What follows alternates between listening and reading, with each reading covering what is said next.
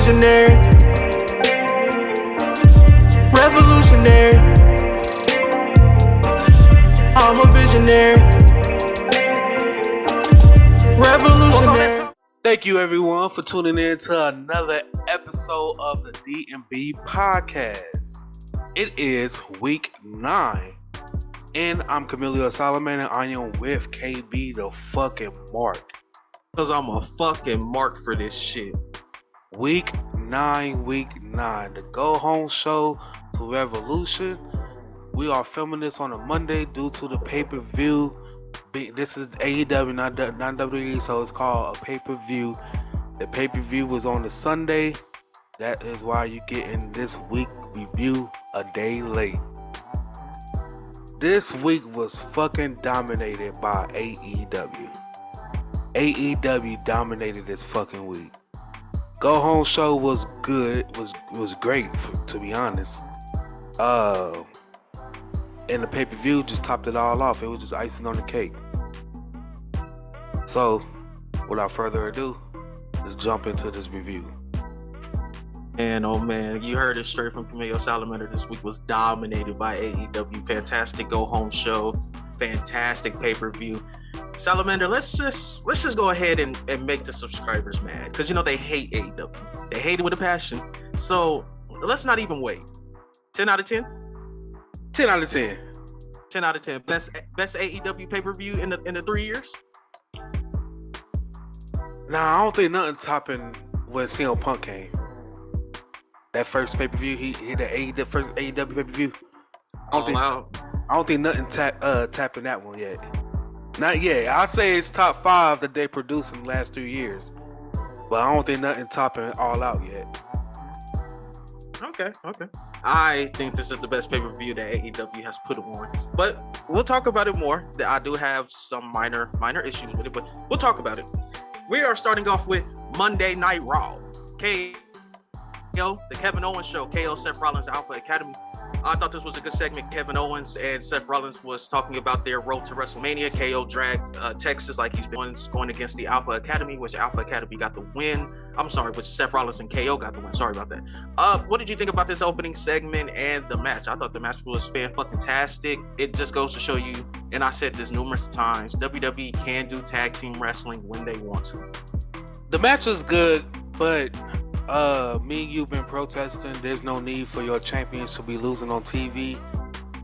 I mean, if your goal is to put Kevin Owens and Seth Rollins into a tag team, that's cool.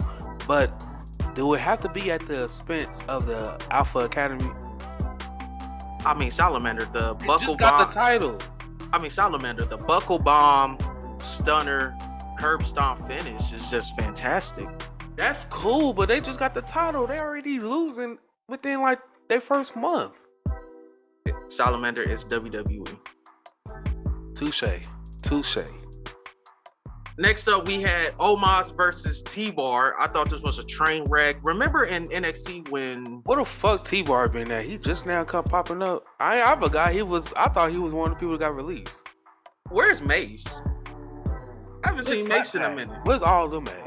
Slapjack got fired. He got fired. I know. Yes. Dang, what was Mia Yim character? Well, she got fired. So is it just T-Bar and Mace that's left, and Mustafa? Yep. I forgot all about them. Except for Mustafa, but I forgot all about T-Bar and Mace. I mean, this is as good as it's gonna get with an Omos match. I mean, remember when T-Bar and Keith Lee were at NXT putting on absolute classics? I really remember when T-Bar was Dominic Dojakovic. It's time for him to Dominic Dijakovic. Yeah, it's time for him to come back from that. Come back with that name. I think they should do that. I mean, it's a gimmick change, but then it's not, because he was already that in NXT. So I think it's time for us to retire T-Bar and him to come back as his NXT character for real. But Omos, I mean, shit, it's something he need to change his finisher though. I don't know. I think the Omos train shit stopped once when AJ stopped hanging with him. I ain't that excited about him no more. up. Like you said, he could have been Kevin Nash, and they could have not just thrown him out there to the wolves, but they decided to do that. I would have him been fucking AJ Styles side piece and been there. You could tell that story all the way up to Mania, because now he got a match at Mania. You could have told the split there. True. We had a Nikki Ash, Doudrop, Becky Lynch backstage promo where they were hyping up the 6-woman tag. Same thing. We had another promo with Rhea Ripley, Liv Morgan, Bianca Belair. Like I said, it led into the 6-woman tag of Belair, Liv Morgan, Ripley versus Doudrop, Becky Lynch, and Nikki Ash. Yeah, let's just throw all of our women into one segment that's gonna lead into their match to get them off the TV. It's WWE. Actually, We don't want y'all on TV as we don't want y'all on TV no longer than y'all have to be. That's basically what WB doing. Cause I hate that when they have a segment and then the segment lead into the match. I be hating that shit. It could be a 6-man tag team match. Bianca Belair can come out, cut a promo, then she'll get interrupted by Liv Morgan. Then Liv Morgan get interrupted by Rhea Ripley. Rhea Ripley get interrupted by Becky Lynch. Becky Lynch get interrupted by Doudrop. Doudrop get interrupted by Nikki Ash. And then they start fighting. And then the match happens. I hate all that shit. I hate all shit that leads like that. All that shit. Like, if they was gonna do this, they should have had a match happen later on instead of happen right after. I hate when they do that. It's an ass. Just like this match. The match wasn't ass. I actually thought the match was good. I hate that we went with the hair braid. I think that should have been saved for WrestleMania. That's a big spot. I only want to see her do that in certain feuds, and I don't think the Becky Lynch and Belair feud has gotten that type of payoff, or I don't think it deserved that type of payoff. And if we were going to do that payoff, it should have happened at WrestleMania. You know why this shit was ass? All of our women that's on Raw who we are currently pushing the storyline for, let's just wrap them up and throw them in a 6-man tag and call it a wrap. That way we ain't got to deal with it for the rest of the show. That's why. Bianca Belair, Becky Lynch, that's one feud. Rhea Ripley, Doudrop, that seemed like that's another feud, along with Rhea Ripley and Nikki Ash. And then let's just throw Liv Morgan in there because that's the woman that we've been using recently. Like, that's what it is. It's trash. Just throw all of our women that we using into one segment and just call it a day. We done with the women shit. Now we can get to the shit that we care about. That's why I see every time I see this shit. Okay. Now I feel where you're coming from. Belair, Morgan, Rhea Ripley got the win. We then had Tommaso Ciampa versus Rick Rude. We had Tommaso Ciampa versus Robert Roode. Tommaso Ciampa. I know he looked like him, but that's not Rick Rude. That is not Rick Rude. That is definitely Robert Roode. And I got a lot of shit to say when we get to NXT too. So we'll get there. But Tommaso Ciampa got the win. I wasn't too impressed by this match. This match, it served its purpose, but I just didn't get nothing out of it. Yeah, it did what it needed to do, but yeah, either call him up or don't. That's why I'm at with it. Call him up or don't. Just like the bullshit that everybody that happened right after this. Is this fucking WWE or is this the fucking Bold and the Beautiful? Okay, let's get there first. Keep Tommaso Ciampa in NXT. I don't think he needs to be on the main roster. They're not going to utilize him right anyway. He could just be the standard bearer for NXT 2.0. Moving on, we had 24/7 shenanigans next that Camille Salamander's already called the Bold and the Beautiful. We had Dana Brooke and Reggie versus Akira Tozawa and Tamina. Dana Brooke and Reggie got the win. They started making out, and then Akira Tozawa and Tamina kiss Akira Tozawa. God fucking awful. Get this shit the fuck off my television. How much did they have to pay Tamina to do something? Not really, because you called me Monday, was like, this is awesome. I was like, no, this shit is trash. I don't want to see. Whoa. This ain't the Young and the Wrestlers. This is WWE. I want to see wrestling. Whoa. I never coming out with fucking love storylines and shit. I was done when they did that shit with the Almighty and what's her name? And Lana. I was done with that shit when they was doing that. Like, bro, this is wrestling. This is 2022. I am done with the love shit. This is not 2006 anymore. Like, fuck the love triangle shit. This is not TV. Give us wrestling. Well, it is TV, but it's wrestling TV. So give us wrestling and shit. I'm tired of this bold and beautiful shit, Young and the Restless, all that soap opera shit. Give me wrestling. Save this for your reality TV shows and all that shit. Well, first off, this isn't wrestling. This is sports entertainment. So you were sports entertained. Number two, They had nothing to do with no sport.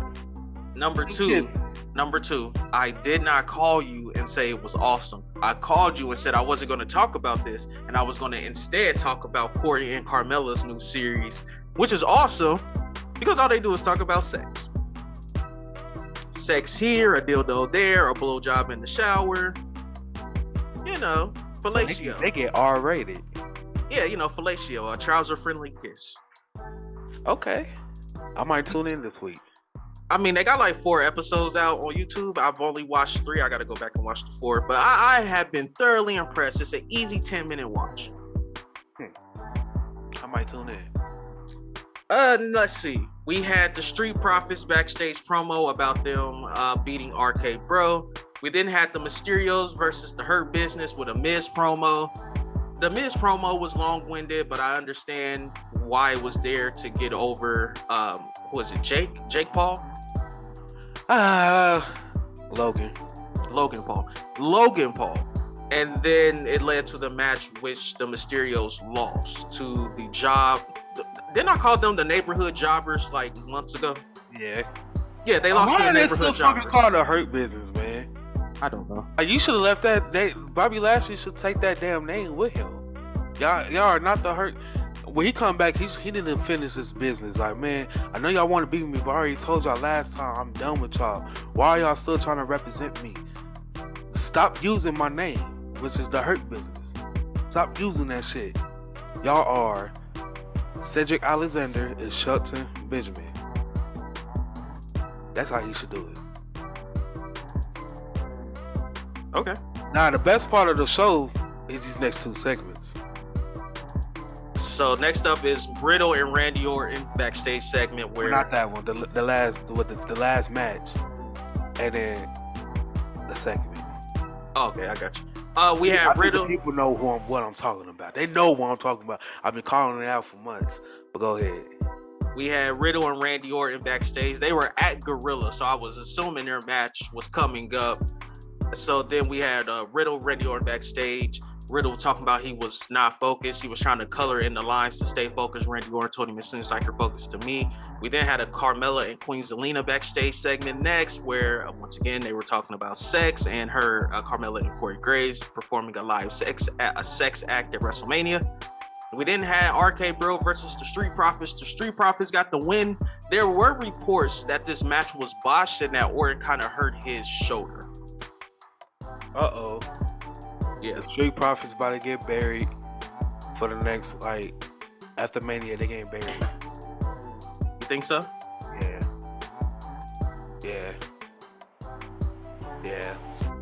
You heard? Yeah. I mean, it happened before. We seen it happen with Mr. Kennedy. He had boxed the suplex, had hurt John Cena a little bit. He got his push went out the way.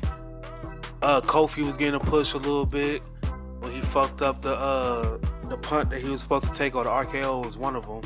And then that's when Randy was calling him stupid. And then his push got taken away. And we see that he didn't get his push until 10 years later. The proper push. So, yeah, the Street Profits, they're going to be buried for the next 10 years. Okay.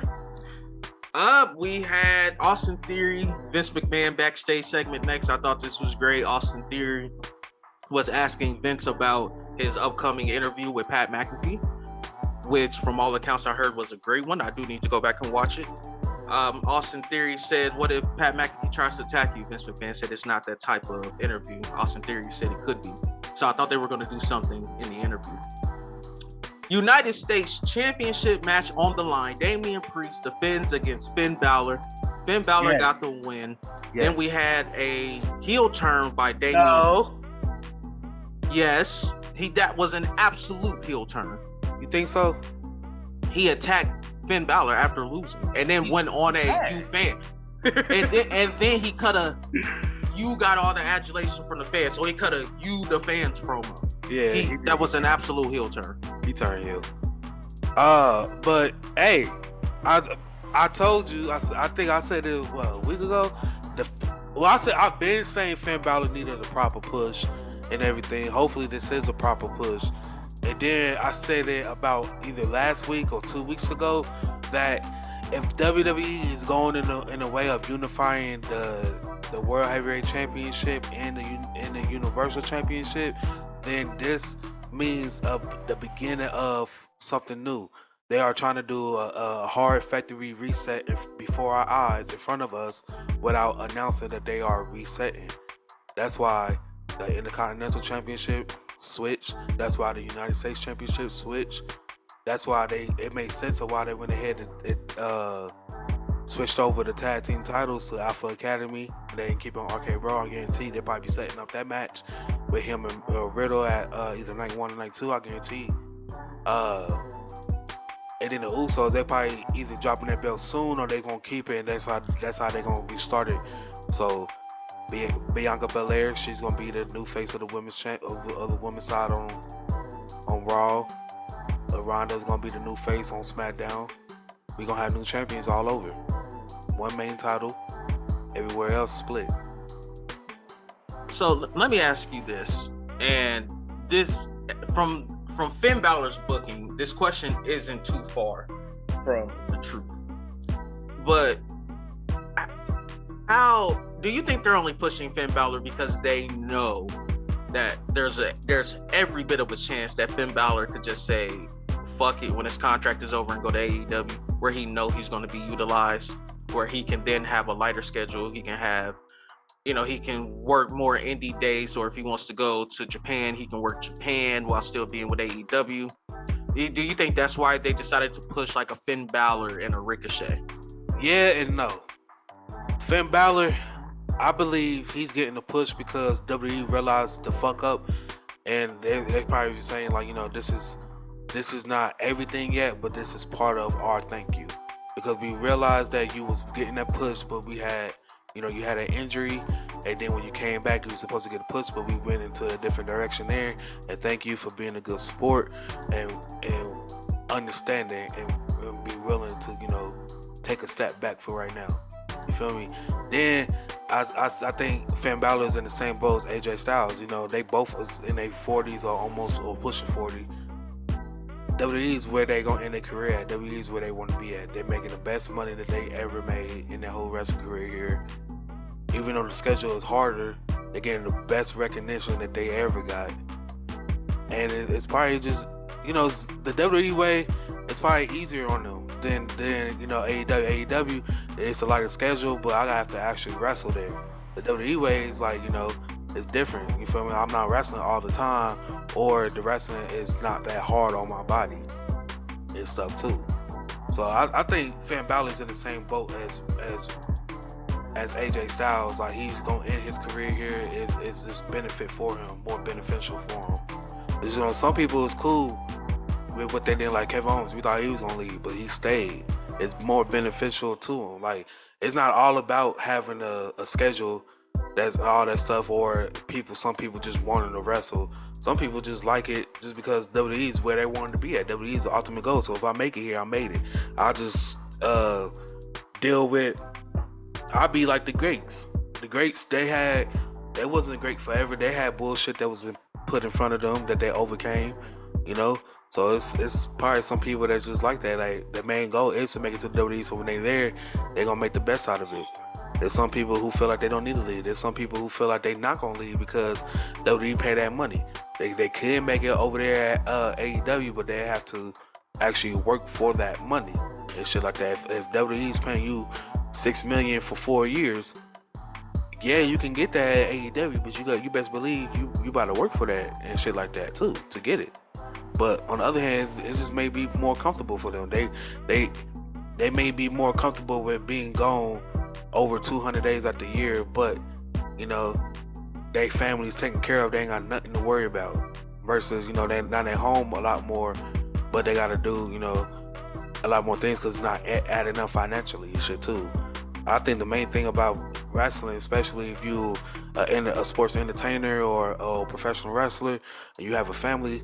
Uh, Financial security is the number one priority for everybody. That's what I believe. So if you get that financial security at WWE, and that's where you want to be at, hey, that's you. But that's what I think for real. I just think it just depends on the wrestler. It just really depends. Some people, they feel like the finish line is WWE, so that's where they're gonna be at. Some people feel like, hey, I tried it out. I took a bite of the apple. I ain't like it like that. It's not how I thought it was gonna be. So I'd rather do this. Or some people's cool with it. Hey, at least I can say I made it. Like some people cool with being the 15th person on the bench. At least you can say you're an NBA player type shit. So some people might be cool with that. At least I can say I work for the WWE. It don't matter if you don't see me on TV or not. I work for the WWE. So that's what I think. No, I mean, in certain parts of that, you're absolutely right. First off, I did say that Kevin Owens was going to come to AEW, but at the same time, financials. He wasn't. But like you said though, how much of that is just financial security? And then we saw he was supposed to get a push, but he ain't really get a push. He still hasn't touched any gold since 2016. That was like 6 years ago.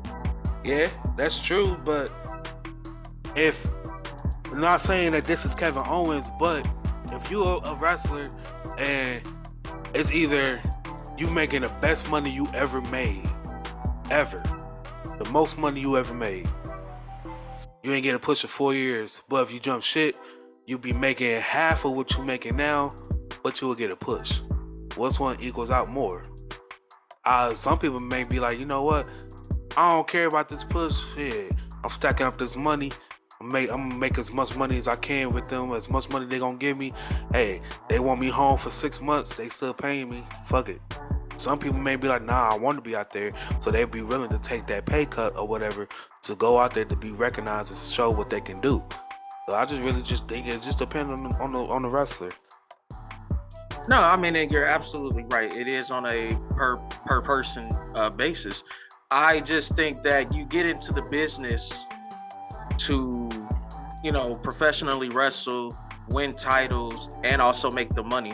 But I found it kind of funny that, and I understand this, this is still, 100,000, 6 figures to 7 figures. That's a lot of money. But people on the indies, or at least your top names, were making close to 6 figures. So like I said, I get it. 6 figures to 7 figures. Yeah. But I mean, I truly believe that with the money that KO would have gotten from AEW, because I still think they would have gave him a 7 figure price. It probably wouldn't have been what I think he's making 3 to 5.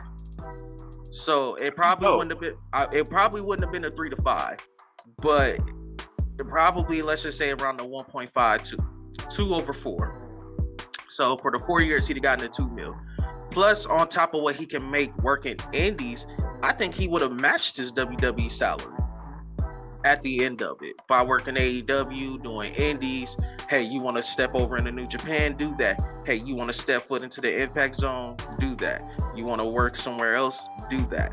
You're not just exclusive to AEW. So I think he would have ended up matching his WWE salary. But like you said, though, sometimes it's just like you said, hey, I might be the 15th man on the roster, but I'm still on the NBA team. Guess what? I'm a WWE superstar. And he wanted that financial security without having to do none of the extra. So I commend Kevin Owens, and I give him all the credit in the world because he is a top star. He's a top sports entertainer. He's a top professional wrestler. I just hate to see him wasted away and not winning championships, because to me, the best Kevin Owens is a Kevin Owens with a championship around his waist. Whether it's a tag team championship, a United States, an Intercontinental WWE, or a Universal Championship. I think that is the best Kevin Owens. I don't know. I want to see him one more time at the top. Just one more run. I do too. But we spend a lot of time here. Moving on, the segment that you want to talk about, the Edge and AJ Styles promo segment. Edge turned heel by kicking AJ Styles in the balls. My only concern about this, because I like the intensity from Edge. I like the I like the concerto. I like the post promo angle. I just Why- wanted to say, you thought it was gonna be not Kevin Owens, but Cody Rhodes. That's it.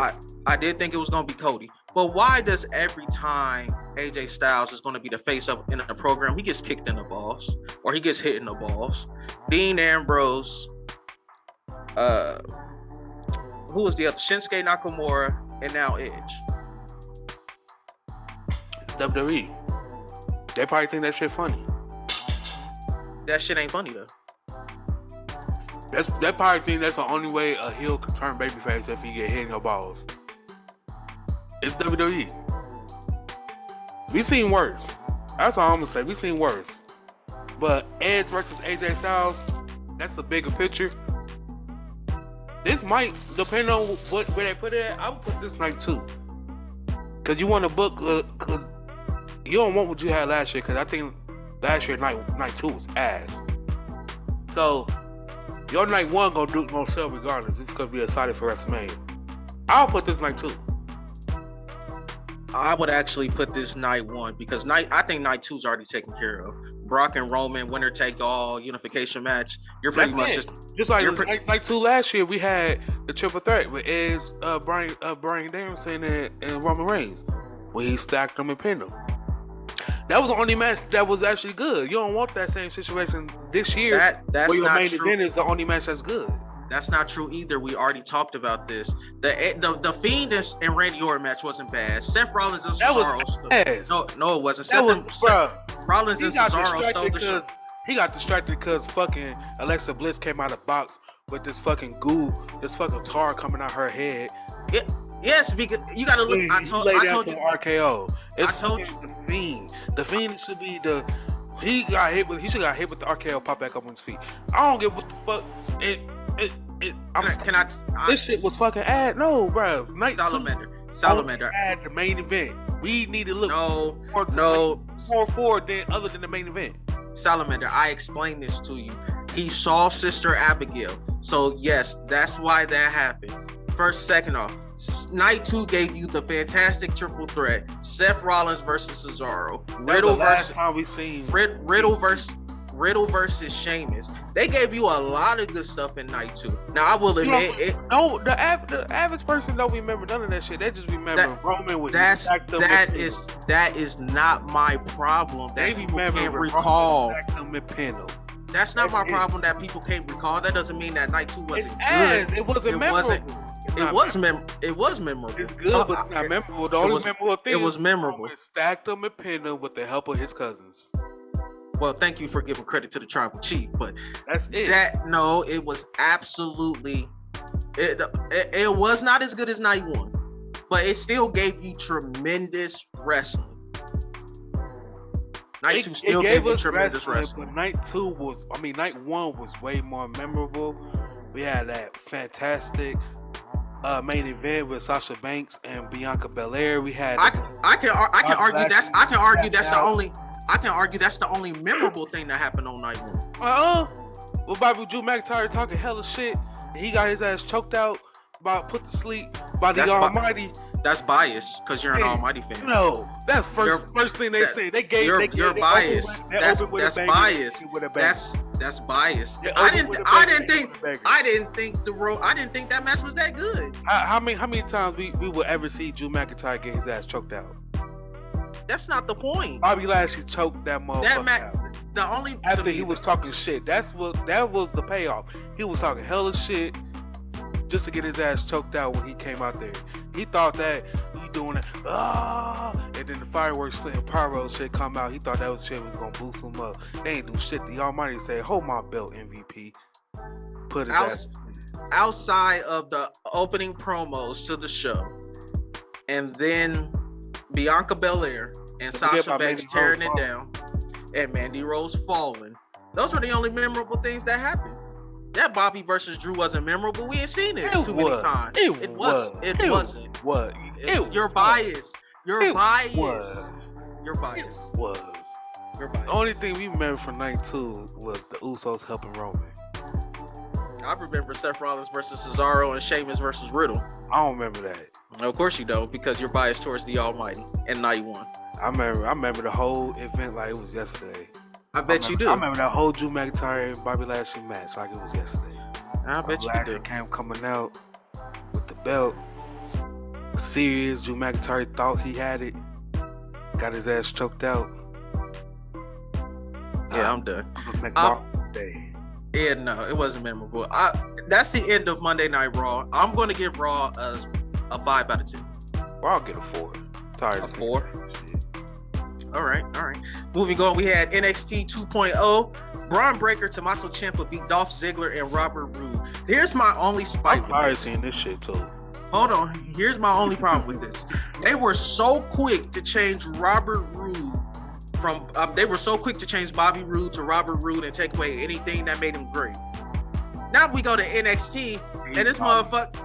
No, he was still Robert, but this motherfucker's just sitting on the thing, turning around, doing his old NXT shit, and I'm like, y'all dead wrong. Take away everything that Triple H did to make him great, and then y'all want to throw it right back in Triple H's face by having him do it on NXT 2.0. It's trash. I'm sick of this shit. Like we just seen this shit Monday, even though it was Tommaso Ciampa and Bobby Roode or Robert Roode, but shit, you running the same shit just in a tag match. I'm tired of seeing this shit. This shit happened literally like a month. At least like going on 4 weeks right now. They was gonna use Raw stars and put them on NXT 2.0. They literally said that. Like they using the same stars. Like goddamn, do something already. Do something different already. Goddamn, we seen the same shit. It's been the same matches. On NXT 2.0, we gonna book the tag matches. Y'all gonna win this time. Next week, y'all gonna win. But on Raw, we're gonna have Tommaso Ciampa and Robert Roode. But next week on Raw, it's gonna be Tommaso Ciampa and Dolph Ziggler. But then on NXT 2.0, the next day after Raw, we're gonna do Tommaso Ciampa with a tag, tagging up, facing Robert Roode, the Dirty Dogs, basically. And then next week on Raw, we're gonna do Tommaso Ciampa versus Robert Roode again. And then that next day, on NXT 2.0, we're gonna run the same tag matches I saw last week, but instead Tommaso winning, we're gonna have the Dirty Dogs win this week. And then that Monday, we're gonna have Dolph Ziggler versus Tommaso Ciampa again. And then that Tuesday, we're gonna run the tag match again, but have Tommaso Ciampa win this time since he lost last week. And then we're gonna keep doing it over and over until people keep getting tired of it. That's literally what they did. I'm tired of seeing this shit. I'm tired of it. What that little mean? I'm tired of this, Grandpa. I'm tired of this shit. Vince, book something else, bro. Well, in Vince's defense, he did book something else. This week on NXT 2.0, we are getting Braun Breaker versus Dolph Ziggler versus Tommaso Ciampa in a triple threat for the NXT Championship. I swear we seen that shit too, unless we seen the face-off. Or it was they just replaced Santos Escobar with Tommaso Ciampa. Nah, they more so replaced Santos Escobar with Dolph Ziggler. So now we're getting a triple threat. If I'm being honest, I won't be surprised if Dolph Ziggler walks out of NXT 2.0 on Tuesday with the NXT. They trying to put the belt on him, but still trying to keep Braun Breaker strong. Yeah, so I can definitely see Tommaso Ciampa taking his pinfall. That's why they've been pushing him and Tommaso Ciampa so many times. True. Question is, what the fuck happens when he go on Raw? Well, it's gonna be fucking. They gonna book Dolph Ziggler versus Tommaso Ciampa just as Dolph Ziggler is being the NXT champion. That's the only difference. Same shit, just a title on them now. Yeah, no, I'm done with that. We had the women's Dusty Classic. Wendy Chu and Dakota Kai beat Indy Hartwell and Persia Parada. Persia Parada was distracted because she's fallen in love with Duke Hudson, and Indy Hartwell's having problems with Dexter Lumis. Lash Legend beat Amari Miller. This match was god awful. They have been trying to push Lash Legend, and I'm not gonna lie to you, Salamander, she is not ready. Amari Miller got injured off of the move that ended the match, and I heard she had to be stretchered out. So Lash Legend needs a lot more work. Just can't be out here injuring your opponents, your co-workers at the end of the day. I mean, with wrestling, I'm putting my faith completely in you that you do the move right and don't fuck me up in the end. So for Lash Legend to have done that to Amari Miller, she needs She needs to stay off TV and put a lot of work back into in the performance center. Yeah. We had Gunther. He beat the third Uso, Solo Sequoia. Hey, Salamander, remember when Walter was great? That was about a long time ago. It seems so long ago. Remember when he was putting on classics with the NXT of old and Dragunov and everybody else at NXT UK? Remember when he would hit a chop and those chops would echo throughout the arenas? I remember when he was actually feared with his music hit. Right. It seems like people don't fear him no more. Now he's just a regular guy on NXT now. Just a regular guy. Harlan beat Draco Anthony, and then Harlan and Draco Anthony hugged it out. So I think Draco Anthony might join Joe Gacy and Harlan's little crew. We had the Women's Dusty Classic next. Cora Jade and Raquel Gonzalez beat Yulisa Leon and Valentina Faraz. Von Wagner, he beat Andre Chase. I love Andre Chase. I can't wait for them to bring this gimmick up to the main roster. Got to have those teachable moments, you know. And then we had the NXT North American Championship match to close out the show. Carmelo Hayes beat Pete Dunne and retained. Melo is money. When Melo shoot, he don't miss. I can't wait to see Carmelo Hayes on the main roster. I think he is wasting his time in NXT. I fuck with his name for real. I like his name. Carmelo Hayes. Yeah, that shit's sweet. Oh, well, you know, he had Shawn Michaels looking out for him, so I bet you Shawn Michaels said we gonna get you all the way together. Well, thank you, Shawn Michaels. Shit.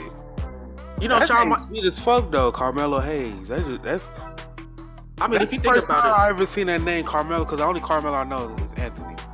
So just the fact that I seen a Carmelo in wrestling, that shit's just sweet. I mean, you know, Shawn Michaels is always invited to the cookout. It just goes back to when they did the backstage vignette with Crime Time, and they were trying to get tickets to the show. And, you know, Shawn Michaels was like, we need the dudes down low. We need the dudes down low. And then they went ahead and got in the tickets, and Triple H is sitting there looking like every white guy who was around black people for like the first time. And it was just funny. It just goes to show you that HBK is always invited to the cookout. He knows what he's doing. He probably looked at him and said, we're gonna call you Carmelo Hayes because you sweet. Yeah. But that was NXT 2.0.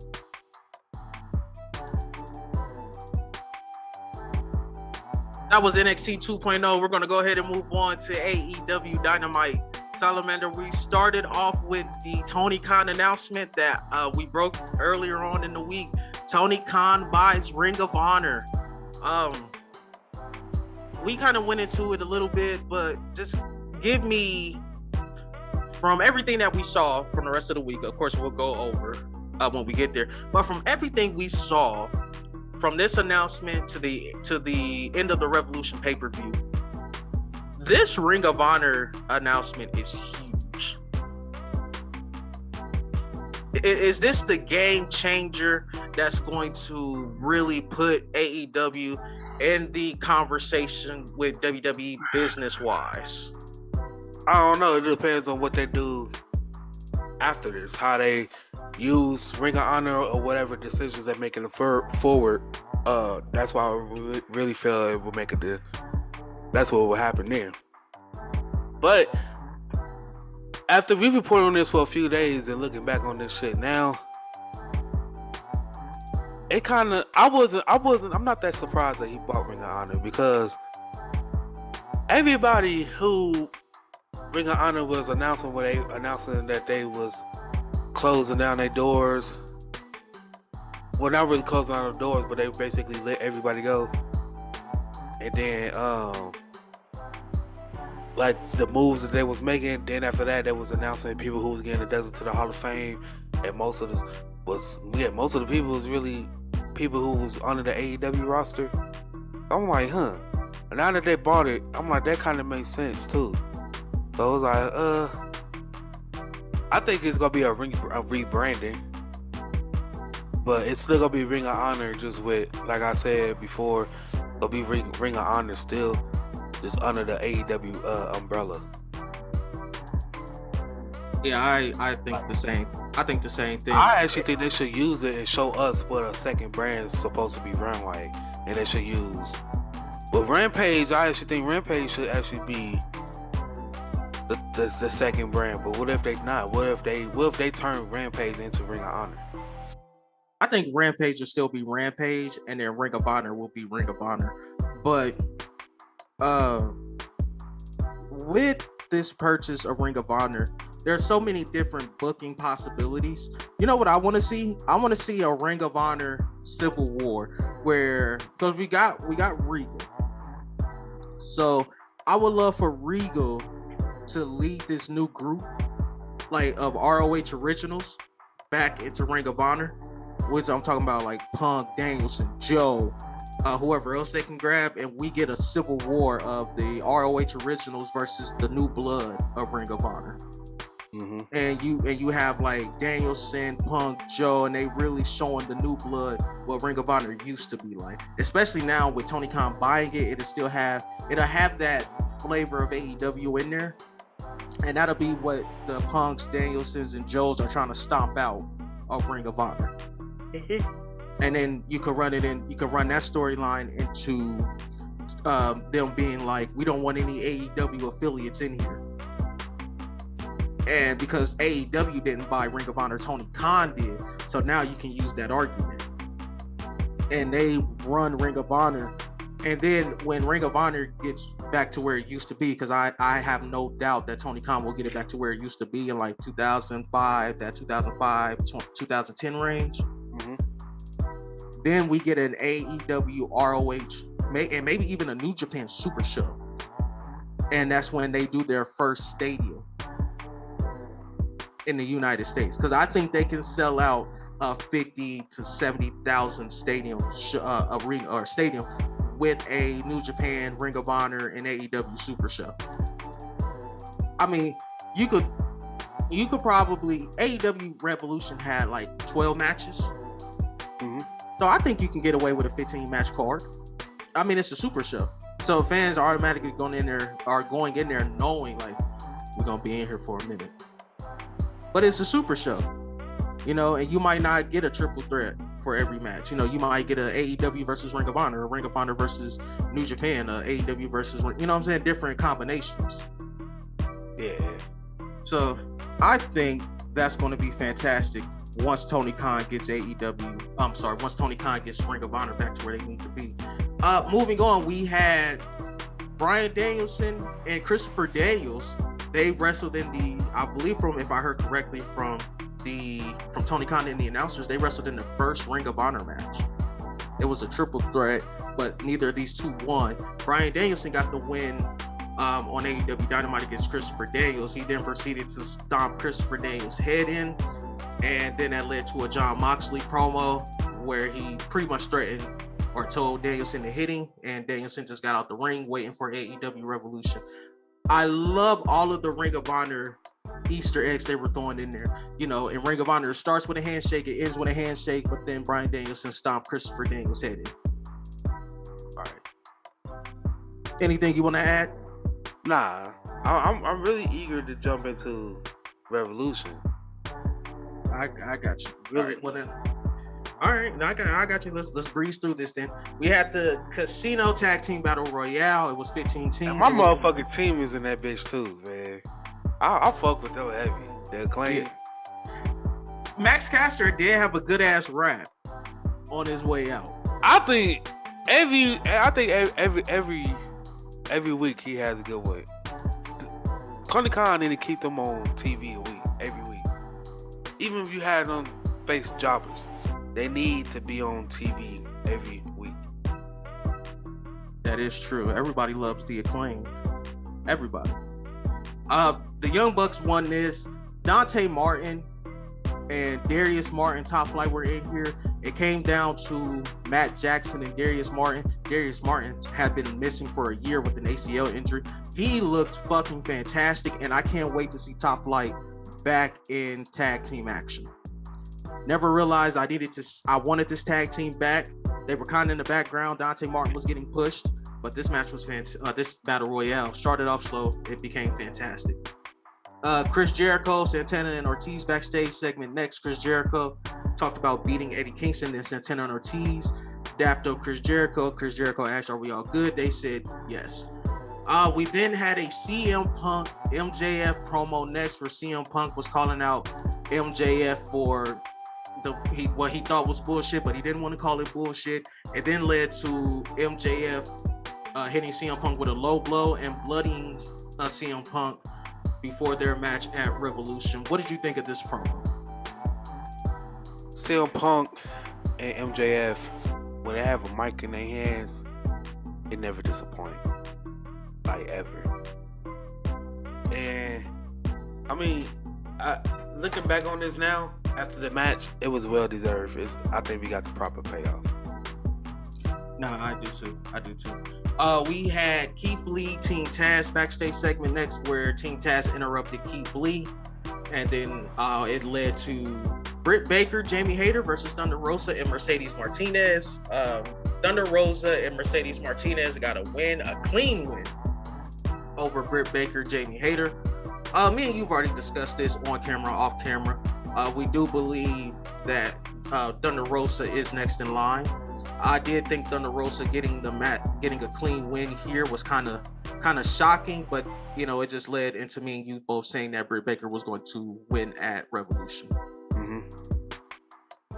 We had Jade Cargill, Tay Conti backstage promo next. Your girl's Mac Marvelous. She's fucking Mac Marvelous every fucking time. Backstage, Tay Conti is interrupted by Jade Cargill. Jade Cargill dropped the gem of a line, and I know this had to be nobody but Tony Khan telling her to say this when she walked up on Tay Conti and said, "Don't nobody want to hear none of that karate shit." Fucking Mac Marvelous line from Jade Cargill. Shit was fantastic. We then had Wardlow versus Cesar Bononi. Wardlow got the win with the Powerbomb Symphony. Oh, what year Batista vibes? Yeah, to like you said 05? 05, 06. Yeah, 05, 06 Batista vibes? Yeah, definitely. Post-match, Sean Spears wanted to hit Bononi with the chair. Wardlow broke it up, and then Sean Spears left. We then got a House of Black promo. I thought this was fucking fantastic. I like their little vignette promo segments where they're each talking and then they disappear into the darkness. We then had an MJF and Wardlow backstage segment where MJF said, "Wardlow, if you win the TNT title, I'll let you keep it."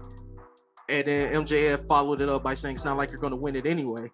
Wardlow then dropped a Mac Marvelous line saying, "Yeah, because I'm always helping you win." And that was a great Easter egg into Revolution. Mm-hmm. And after he said that, MJF smacked him, and that was that. And I was like, Wardlow's got to be winning. You wouldn't run that angle if Wardlow wasn't winning. That's the only reason why that segment, that angle is there. And then we then had the main event. Hangman Page and the Dark Order versus Adam Cole and Red Dragon. This was Dark Order's Alex Reynolds and John Silver. Adam Cole and Red Dragon got the win, and then they duct taped Hangman Adam Page to the ropes, and then they beat up the Dark Order members of John Silver, Alex Reynolds. I like the post match better than the match itself. Are they going in the WWE way of, if you win before the pay-per-view, then basically you're going to lose at the pay-per-view? It seems like that, but I think what they want to do is build up that suspense. Because with Adam Cole and Red Dragon winning, it kind of, because, you don't think that Hangman Page is going to overcome Adam Cole and Red Dragon. He doesn't have anybody but the Dark Order. I mean, he's got the Young Bucks too, but the Young Bucks and the Red Dragon are kind of at odds right now. Mm-hmm. So with Adam Cole winning, it really puts you in that mind state of, is Adam Cole going to beat Hangman Page at Revolution for the belt? So I can kind of see why, because you wouldn't want your challenger to lose going into a pay-per-view. Right. Because you want to build them up as much as you can. But then you gotta have the champion lose.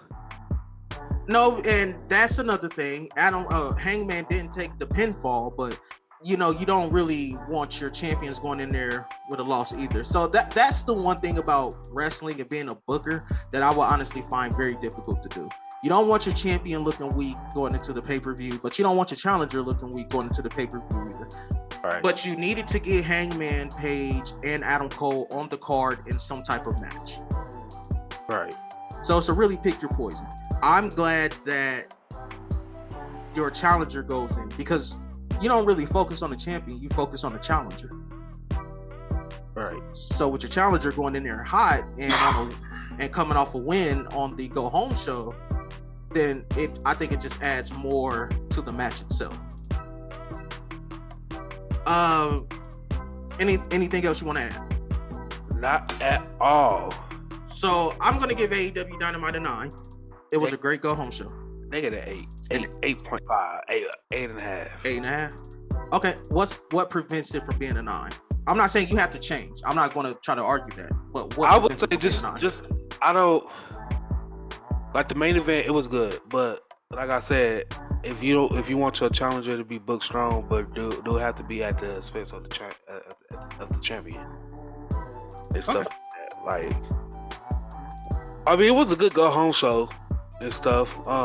The tag match, that big ass Royal Rumble shit, it was cool, but it started off slow. Okay. No, I think little shit. It's just, I think sometimes certain shit. I think AEW has a good idea when it's on paper. Then when it plays out, it's like, but it picks up. Okay. Yeah, I can understand that. Sometimes I'll be feeling the same way. Like this Dynamite starts off a little too slow, but then it picks up, or it starts off incredibly hot and then it just not so much falls apart, but it falls down the pig towards the end. So I can definitely agree with that. All right. Friday Night SmackDown started off with a shit ton of promos. Paul Heyman talks about being the advocate for Roman Reigns, who will be here tonight. Ronda Rousey talks about her first match on SmackDown. Sonya Deville is ready to teach Ronda Rousey about authority. The Viking Raiders are ready to take on the Usos and take their tag team titles. The Usos hype up their match against the Viking Raiders. Ricochet says he's taking the Intercontinental Championship from Sami Zayn. And then Sami Zayn lists off all of his names. And then he says people will talk about him being the best Intercontinental Champion. It then opens up with an Intercontinental title match. Ricochet versus Sami Zayn. Ricochet got the win. It was not clean. And we talked about this off camera as well. They said they were pushing Ricochet, but for fuck's sake, he couldn't even win the fucking Intercontinental title clean off of Sami Zayn. It needed a Johnny Knoxville interference, so that kind of rubbed me the wrong way on Ricochet's Intercontinental Championship win. But what do you think? Ricochet getting a push. I knew it was gonna happen though, but like I reported earlier last week that Ricochet was gonna win, and then the John Moxley and not John Moxley, I'm sorry, Johnny Knoxville and Sami Zayn match, it don't need no title to be on the line. But for one, they're not gonna put that title on a celebrity. This ain't the 90s. He ain't David Arquette. And then for two, the match is gonna sell itself, so there's no need, for the title to be on there anyway. But at the same time, what was the point of Sami Zayn picking up the win and winning the title anyway, holding it for 2 to 3 weeks before dropping it? I mean, same thing I said. We could have went Shinsuke Nakamura versus Ricochet, and Ricochet gets a win off of Shinsuke Nakamura, who's rarely defended the title. I know the thing with Shinsuke, they wanted Shinsuke to have the title, but then that shit with Rick Boogs started to work out, so then they're like, nah, we want him in the tag. And then they kind of booked themselves into a bubble. They booked themselves into a wall, like they always do. And when they do shit like that, we get shit like this. True. Moving on, we had Sami Zayn backstage segment. After he lost, he was trashing the backstage area, and then challenged Johnny Knoxville to a match at WrestleMania. We then had a Pat McAfee Austin Theory promo segment where Austin Theory showed up on SmackDown and said he would be Pat McAfee's opponent. He then smacked Pat McAfee, and Pat McAfee started going off, blaming Michael Cole. Pat McAfee is a national treasure. Please continue to let Pat McAfee be Pat McAfee. Yeah. Pat McAfee. Yeah. Do we want to see Pat McAfee and Austin Theory at the fucking match at WrestleMania in a match? But you was saying that you think it was gonna be him if it wasn't gonna be Vince McMahon. But I think it's gonna be Austin Theory, but Vince McMahon gonna get involved in that match. That's gonna cause Austin Theory to pick up the win. Yeah. I mean, it's Austin Theory and Pat McAfee, and Pat McAfee was good against Adam Cole, so I can only imagine on the biggest stage what the fuck he's gonna do with an Austin Theory. I just hope he don't wear shorts with his suit this year at Mania, like he did like 2 years ago. Listen, bro, it's Pat McAfee. He can do whatever the fuck he want. We had Naomi versus Carmella. Naomi got the win. We had a Happy Corbin Matt Cat Moss backstage segment where they were talking about they don't care what Drew McIntyre does. Sorry about that. It then led into Drew McIntyre versus Jinder Mahal.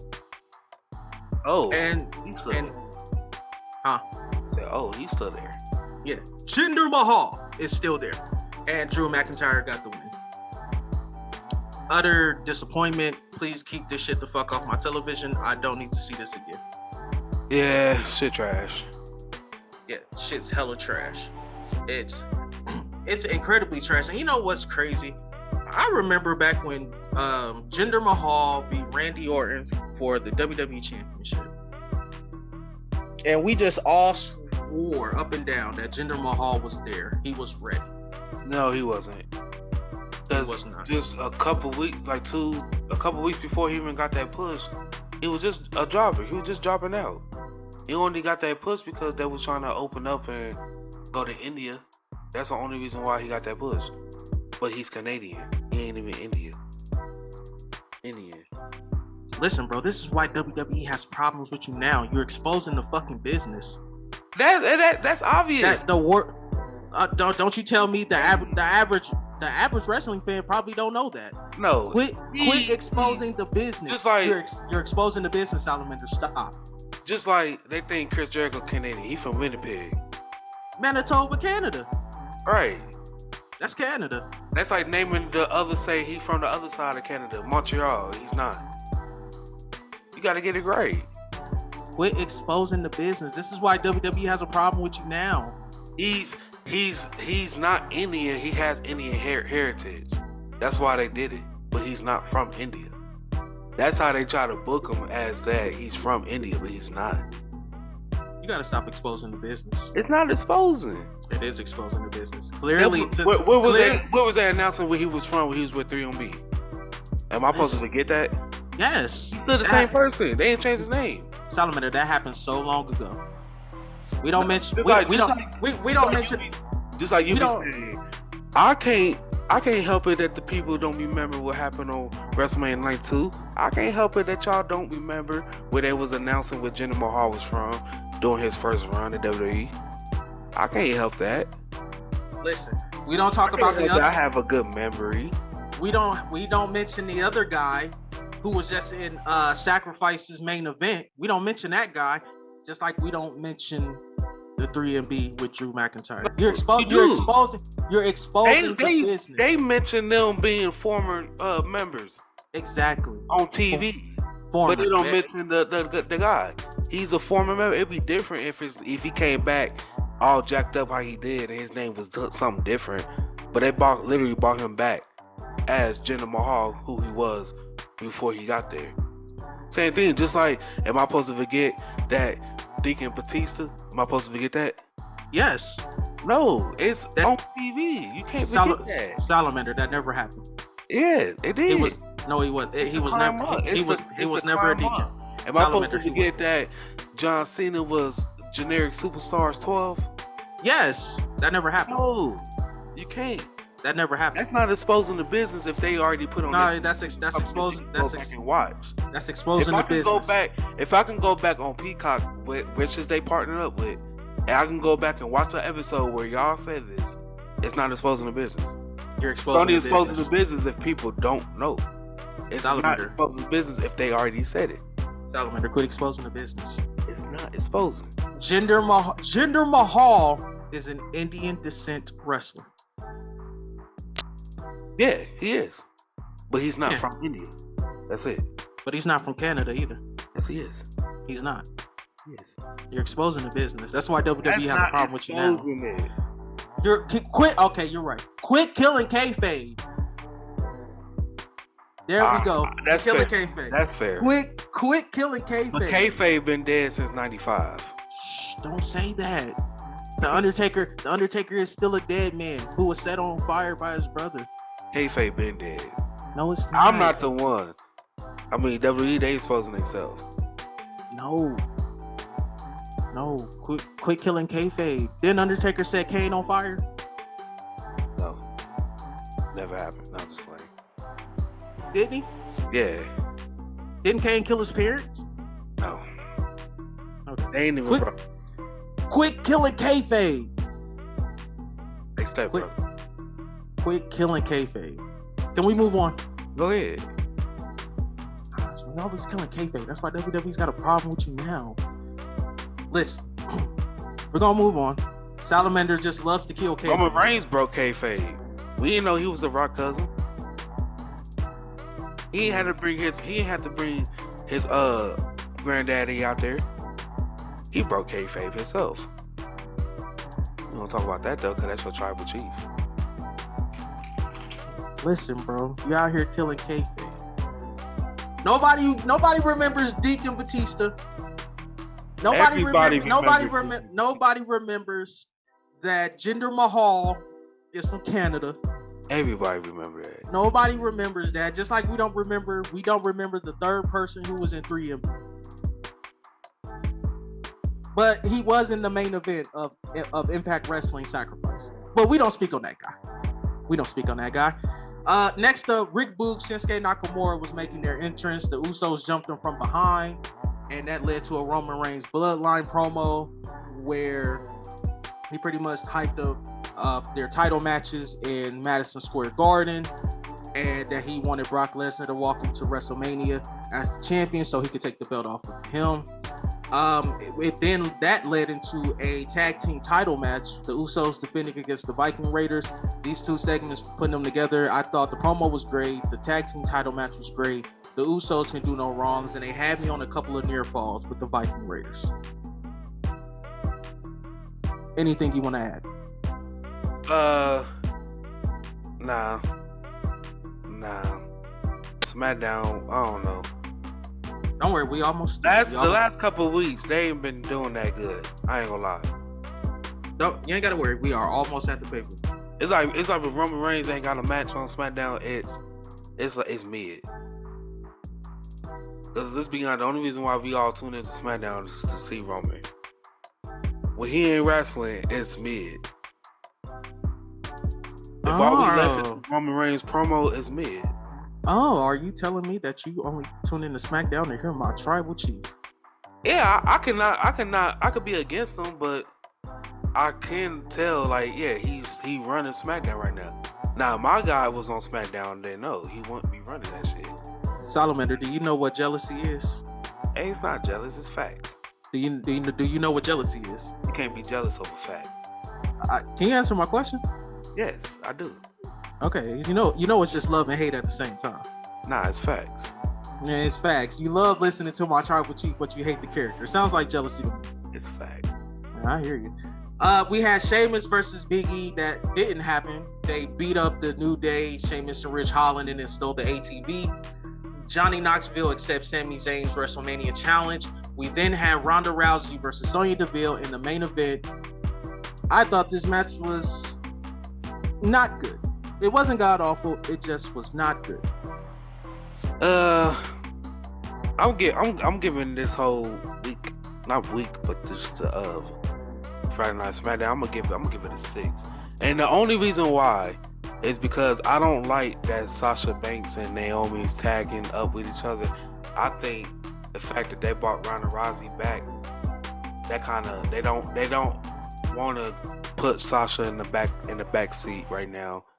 They want her to be on WrestleMania. They want her to be there, but they don't want her to be in the tag, or not in the tag, but in the main title picture, because now that's occupied by Ronda Rousey and Bianca Belair. So where do you put her at? You put her in the tag, but who does she team up with?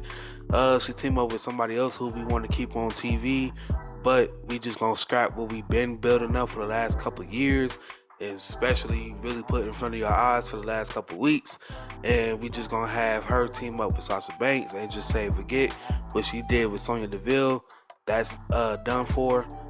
Even though she got, I guess you would call it payback in the tag team match, she really didn't get that payoff one-on-one match. She didn't really get her hands on her like she needed to. So I don't think that's done for. But I just think WWE, they doing too much. They always booking themselves into the wall. I think they fucked up. Just leaving storylines alone. They're coming back to them and like we supposed to forget about it. That don't work. I really think why is Sonya Deville facing Ronda Rousey? She was beefing with Naomi. Why is Naomi teaming up with Sasha Banks and it's seeming like she ain't even worried about Sonya Deville no more? That don't make sense no more. Is Sonya Deville still an authority figure or is she a wrestler now? I don't know. I think WWE don't know either. Okay. So you're giving it a 6? Yes. I'm gonna give it a 4. We're gonna breeze through Rampage so we can go ahead and finally get to the talking point. TNT Championship match: Andrade El Idolo versus Darby Allin versus Sammy Guevara. Sammy Guevara retains his TNT Championship. I thought this was a fantastic match. We had Pac, Penta, and Alex Abrahantes in a promo segment with House of Black. They introduced a returning Eric Redbeard to the promotion, and that set up their buy-in match for Revolution. We also had a Dan Lambert promo where he said he got Scorpio Sky a TNT Championship match in exchange for Paige Van Zant signing with the company. We then had Keith Lee versus JD Drake. I thought this match was good. We had CM Punk's promo next. A bloody CM Punk cutting a promo on MJF saying he's going to show MJF exactly who CM Punk is. We had Jade Cargill and Tay Conti backstage segment next. Jade Cargill pretty much got her ass beat by Tay Conti. Her lawyer's a dumbass because in the contract he said no touching up until 48 hours until the show. So I thought the wording on that was kind of stupid. Serena D versus Layla Gray in the Professor of Professional Wrestling's 5-minute challenge. Serena D got the win there. We had an Eddie Kingston promo where he pretty much just said he was going to beat Chris Jericho, and then him and Tony Schiavone went to catering to get a piece of pie. We then had the Face of the Revolution ladder match qualifier: Christian Cage versus Ethan Page, and Christian Cage got the win. Salamander, we are finally here. I'm giving this shit a 2. You can't give Rampage no 2 because who the hell are you, Tay Conti, to be putting your hands on the motherfucking queen, Jade Cargill? This get a 2.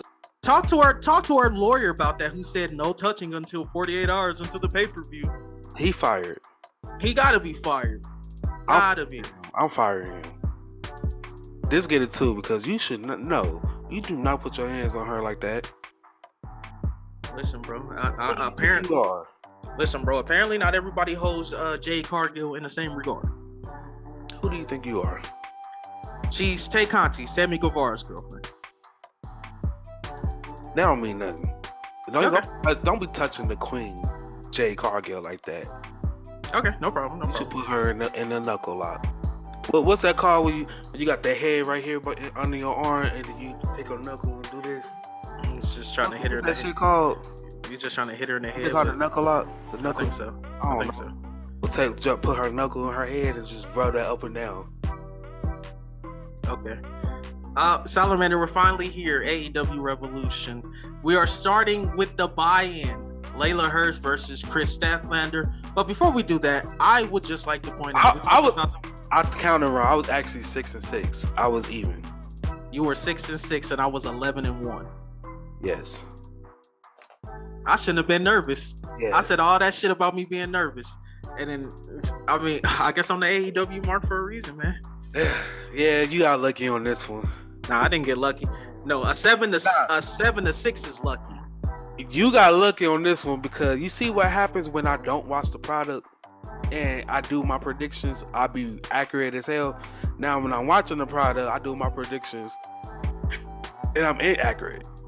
So that just lets you know I need to stop thinking that this shit is WWE. They gonna do the WWAs and all. I don't know what the fuck. I don't know. Well, I know I split that shit in half, but I'm coming for that damn title. You was gonna push in like what 250-day reign. You've been having it over 200 days. I know that for sure. Yeah, man. I mean, I can't help it, man. I should have played. I should have went to DraftKings the way I was going last night. Probably would have won some money. 11-1. That was as close to perfect for me as I'm going to get. I don't think I'll ever call a pay-per-view perfect. And the only one you got wrong was what, the CM Punk one? No, I got the AHFO trios match. That's the only one I got wrong. Okay.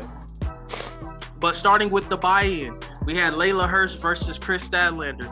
I thought this was an excellent match. Started off slow. It was kind of, I wouldn't call it botchamania, but it definitely had its problems where it looked like it was going to fall apart. But credit to both women. They kept it together. And I love the ending with Layla Hirsch winning by grabbing that extra piece of turnbuckle that was underneath the ring and hitting Chris Statlander with it. And what made it even better to me is why the ref was distracted. Chris Statlander actually took the things on her wrist off and threw it down in the ring. So the ref was going to, take that out the ring for the safety of the wrestlers. And it led to Chris Statlander getting hit with the piece of the turnbuckle. How many times have I said that AEW makes their officials or the referees look human? Because a WWE ref would have just left it there and went to call the action instead of just thinking like, well, let me get this out of here for the safety of the wrestlers. Right. But what did you think about this first match on the buy-in? Like I said, I thought it wasn't a great match. It was a good match, and it was a great kickoff for the Revolution pay-per-view. I say this match, in the first match of the pay-per-view, I actually think was not pay-per-view worthy. Quality, I would say. Really? I think it was too early for the four of them to even. The way that this card was stacked up with matches, I think we would have been fine without these two matches. That's why. Oh, you talking about the three on the buy-in? Yeah, I think the Layla Hirsch and Chris Statlander and QT Marshall and Hook, we could have been without them. The show could have started up the House of Blacks match and kept everything else after that, and I think it would have did just fine. Well, I see why you said that, but you're also the same person who says, give me less talking on the pre-show and give me more wrestling. So you got wrestling on the pre-show, and you got they squeezed in 3 matches in an hour.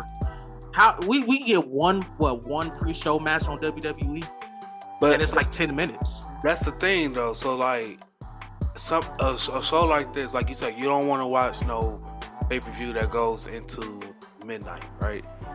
Right. Was it really, with the way that this pay-per-view was stacked up with these matches, did we really need 12 matches? I would say yeah, because if you wanna make Revolution big, then you get as much on there as you can. Regardless, without the Hook and QT Marshall match and then the Layla Hirsch match. I mean, it's Hook. You can't keep the House Hook. of Black in the Death Triangle, Chris Jericho, Eddie Kingston, AEW Tag Team match, keep the Face of the Revolution ladder match, the TBS Championship, CM Punk and MJF, the AEW Women's Championship match, Jon Moxley and Daniel Bryan saying AHFO, and the AEW World Championship match. All that. It would have did fine without them first 2 matches. That's all I'm saying. I'm not saying the match wasn't good. I would just say it would have did just fine without the matches for real. So here's what I'll say. The point of doing your job is to get on pay-per-view, right? Mm-hmm. So if you got time and you can throw these on, why not throw them on? It's the buy-in. Give people, because your start time is 7. So give those people who show up at 7 something to do, something to watch. Isn't that our main problem with with WWE is when they do these pre-shows, they tell you they do all of the video packages, and then they discuss them, and then you get that one pre-show match that's like 10 minutes, and then they go back and finish on the rest of the video packages. The one thing that I think WWE that I was my biggest critique, they need to really they need to know what they're gonna do. I hate when they be bouncing back and forth where one week with one pay-per-view they have kickoff show. I'm sorry, premium live event. With one premium live event they have a kickoff show and motherfuckers is in there wrestling. They have two wrestling matches, right? And then they be talking and showing the promo packages. Versus the next month at a pay-per-view, it'll just be them talking for a whole hour. And then they showing the promo packages. I think they need to figure out what the fuck they're gonna do. That's it. If they gonna have the kick for here on out, if a kickoff show is gonna be like WWE, they say WWE do this. If WWE give you a kickoff show and they choosing to take the talking route, so for a whole hour that you show up at 7 o'clock, you expecting for them to be basic hyping up the matches. Yes, I would take that. But the promo packages, show me something different before you show the promo packages before the matches. Them two need to be different. The ones you show on the kickoff show should be different than the one you show on the main show. That's what I think. If WWE do that, that's fine. If AEW do a kickoff show, and it need to be either one or two. It either need to be matches or it needs to be talking. It don't need to be both. That's what I think. Okay. It gets too much. It be too much going on when it's both. And stuff, cause y'all gotta hurry up and make sure the match get done at this time, so that way you can get what you gotta say out about this match, and then y'all gotta make sure y'all done for the next match to come on. It's too much going on. Either pick one or two. If you're gonna have two matches in the kickoff show, it's an hour. Boom, go ahead and have them motherfuckers wrestle. 15 minutes apiece. That's 30 minutes. No, have the first match.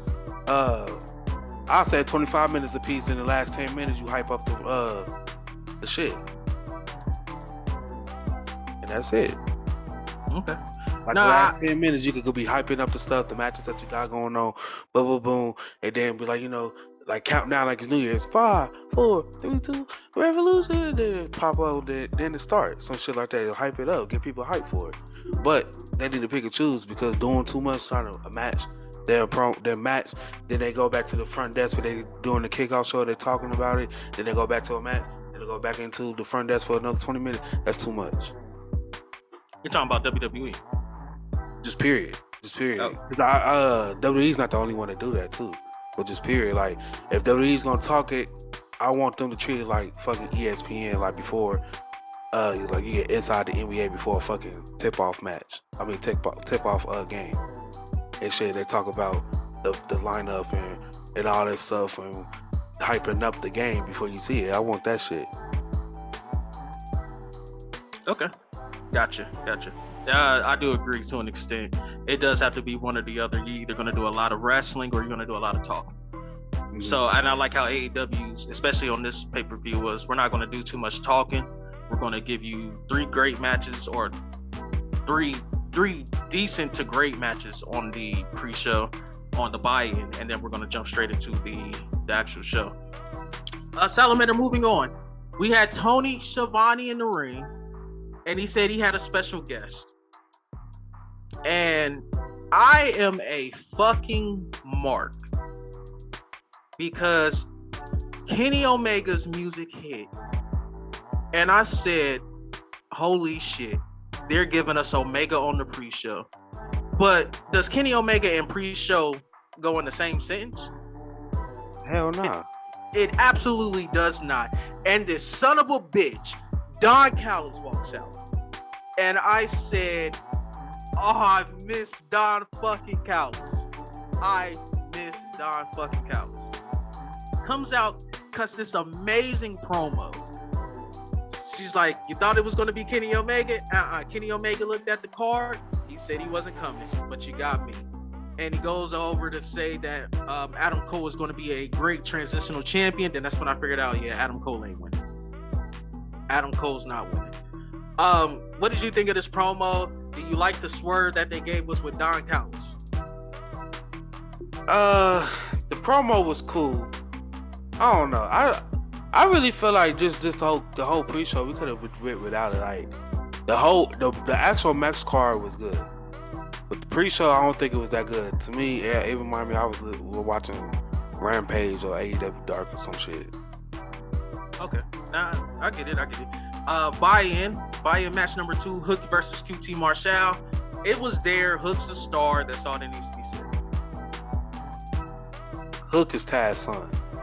Yes. That's it. That's all that needs to be said. I won't say he's a star. He's a star. He's a star. Now He's a star. That man's a star. He's over. Because he's his daddy's son. Listen, bro.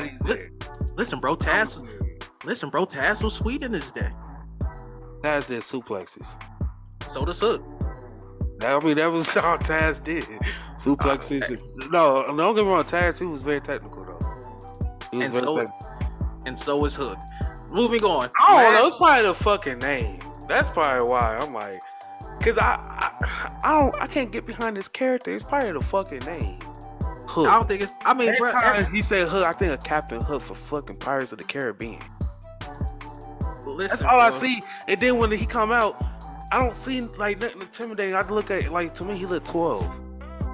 You're crazy. First off, Hook is. I don't see nothing intimidating about him. He come out with boxer shorts. He come out to action. He give me off mixed signals. I don't know if we about to box and throw hands or we about to wrestle. Listen, bro, he comes out to Action Bronson. He walks all the way around the ring. He goes to his corner. He doesn't even look at his opponent. That's what his daddy do. Listen, ref come over there, ask him, "You good? You ready?" Shake his head. Boom. Yeah, so get into the match. With the bell ring, I don't know to square up with him. Not like we about to throw hands or what? Cause you got your hands taped up like you ready to throw some hands. And you got the boxer shorts on, but you trying to take me down. So we wrestling or we about to throw hands? I don't know. It is the name, the hair, all that shit. I don't know. I think he everywhere. I don't know. It kind of giving me vibes like he want to be fucking Jaguar Z and shit. He want to be Goku with the hair. Goku. Listen, Hook got over just by eating a bag of chips. Right. Like, who's this nigga? Hey, bro, quit hating on Hook, man. Quit hating on Hook. Can we get through the buy-in so we can get to the actual action? Yeah, this was the bullshit. Let's get into the show. Let's get into the shit that we came to talk about.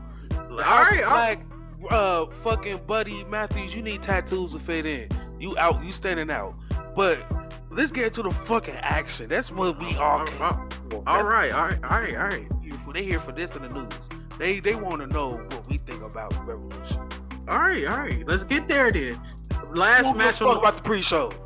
Last match on the buy-in, House of Black, Brody King, Malachi Black, and Buddy Matthews versus Penta, Eric Redbeard, and Pat. This match was fan-fucking-tastic. I think it went about 25 minutes. This could have been the whole pre-show. They could have one match on the pre-show, and it could have been this match. And this match was better than the first two matches, for real. It was, and you know who I was really impressed with? This could have been on the main show, for real. It could have been on the main show. You know who I was more impressed with? Eric Redbeard, formerly known as Eric Rowan. He looks fantastic. I think he would be a great gift for AEW. His name is Eric Redbeard. That's funny though. He's sweet. Like, I was just sitting here just watching the match. I'm like, he's not all elite. He's not all elite. So what the fuck is he? He's just doing indie dates and different wrestling appearances. So, how long has he been here? This is only he did that trick, the tribute show. He came out for Brody Lee. Yeah, that's my last time seeing him. Yeah, this is his second time. I mean, technically his third time in the company, but this is his second, assignment in the company. He just popped up on this week on the pay-per-view. Was like, oh yeah, I'm the third person. He popped up on Rampage, and then this was. I ain't know it because I don't watch that shit. I watch Dynamite. I'm a real AEW.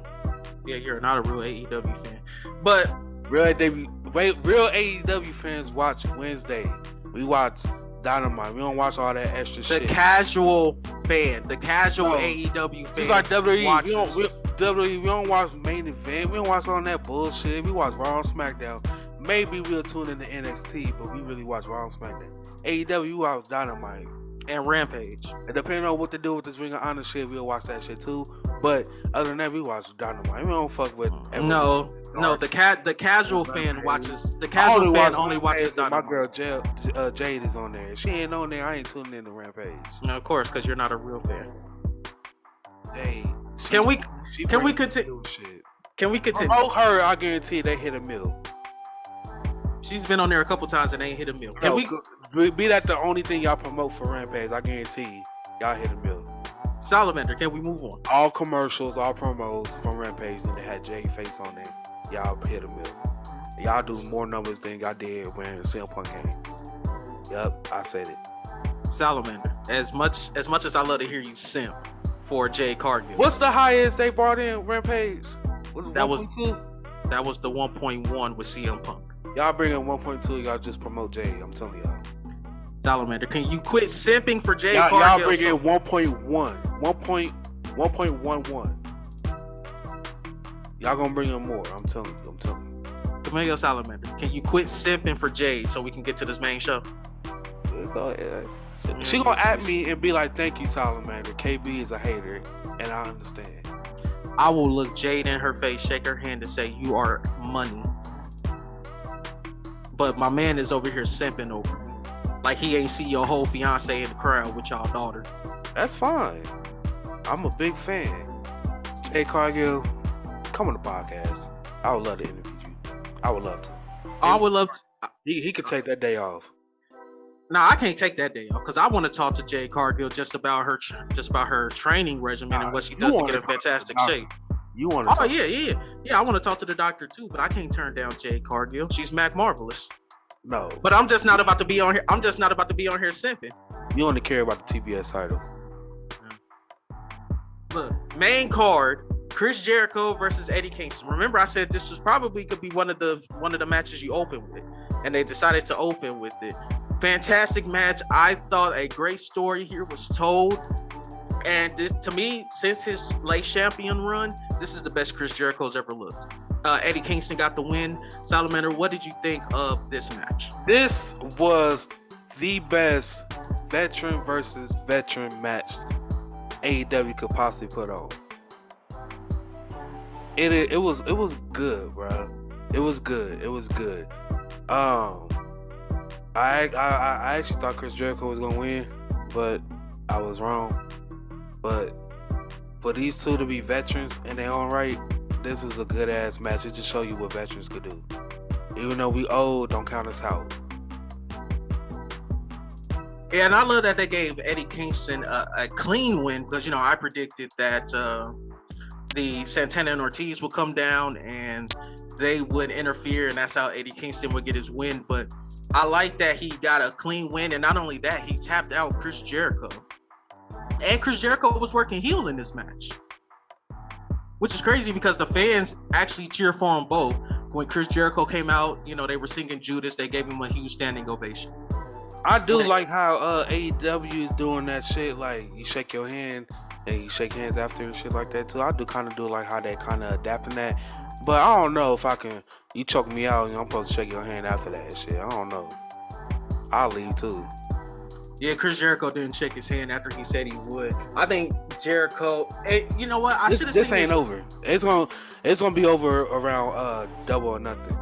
It should. Cause Double or Nothing is kind of I don't think so, but Double or Nothing is to me it's kind of like they backlash or they payback. Like Double or Nothing, cause it sounds like Double or Nothing. So it's like you beat me this time, Double or Nothing.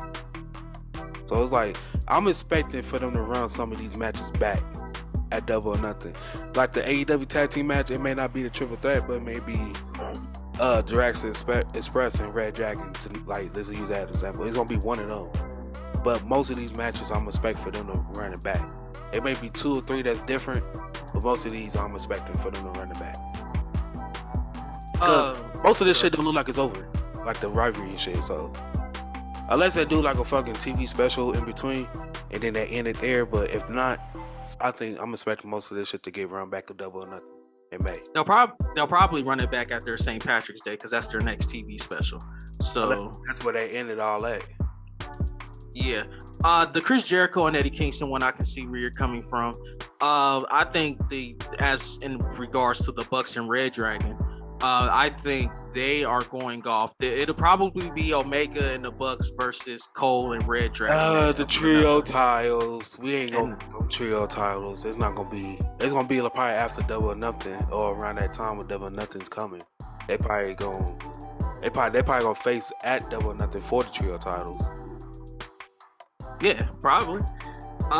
Jericho, Eddie Kingston. Like I said, I like that that Eddie Kingston tapped out Jericho. That was huge.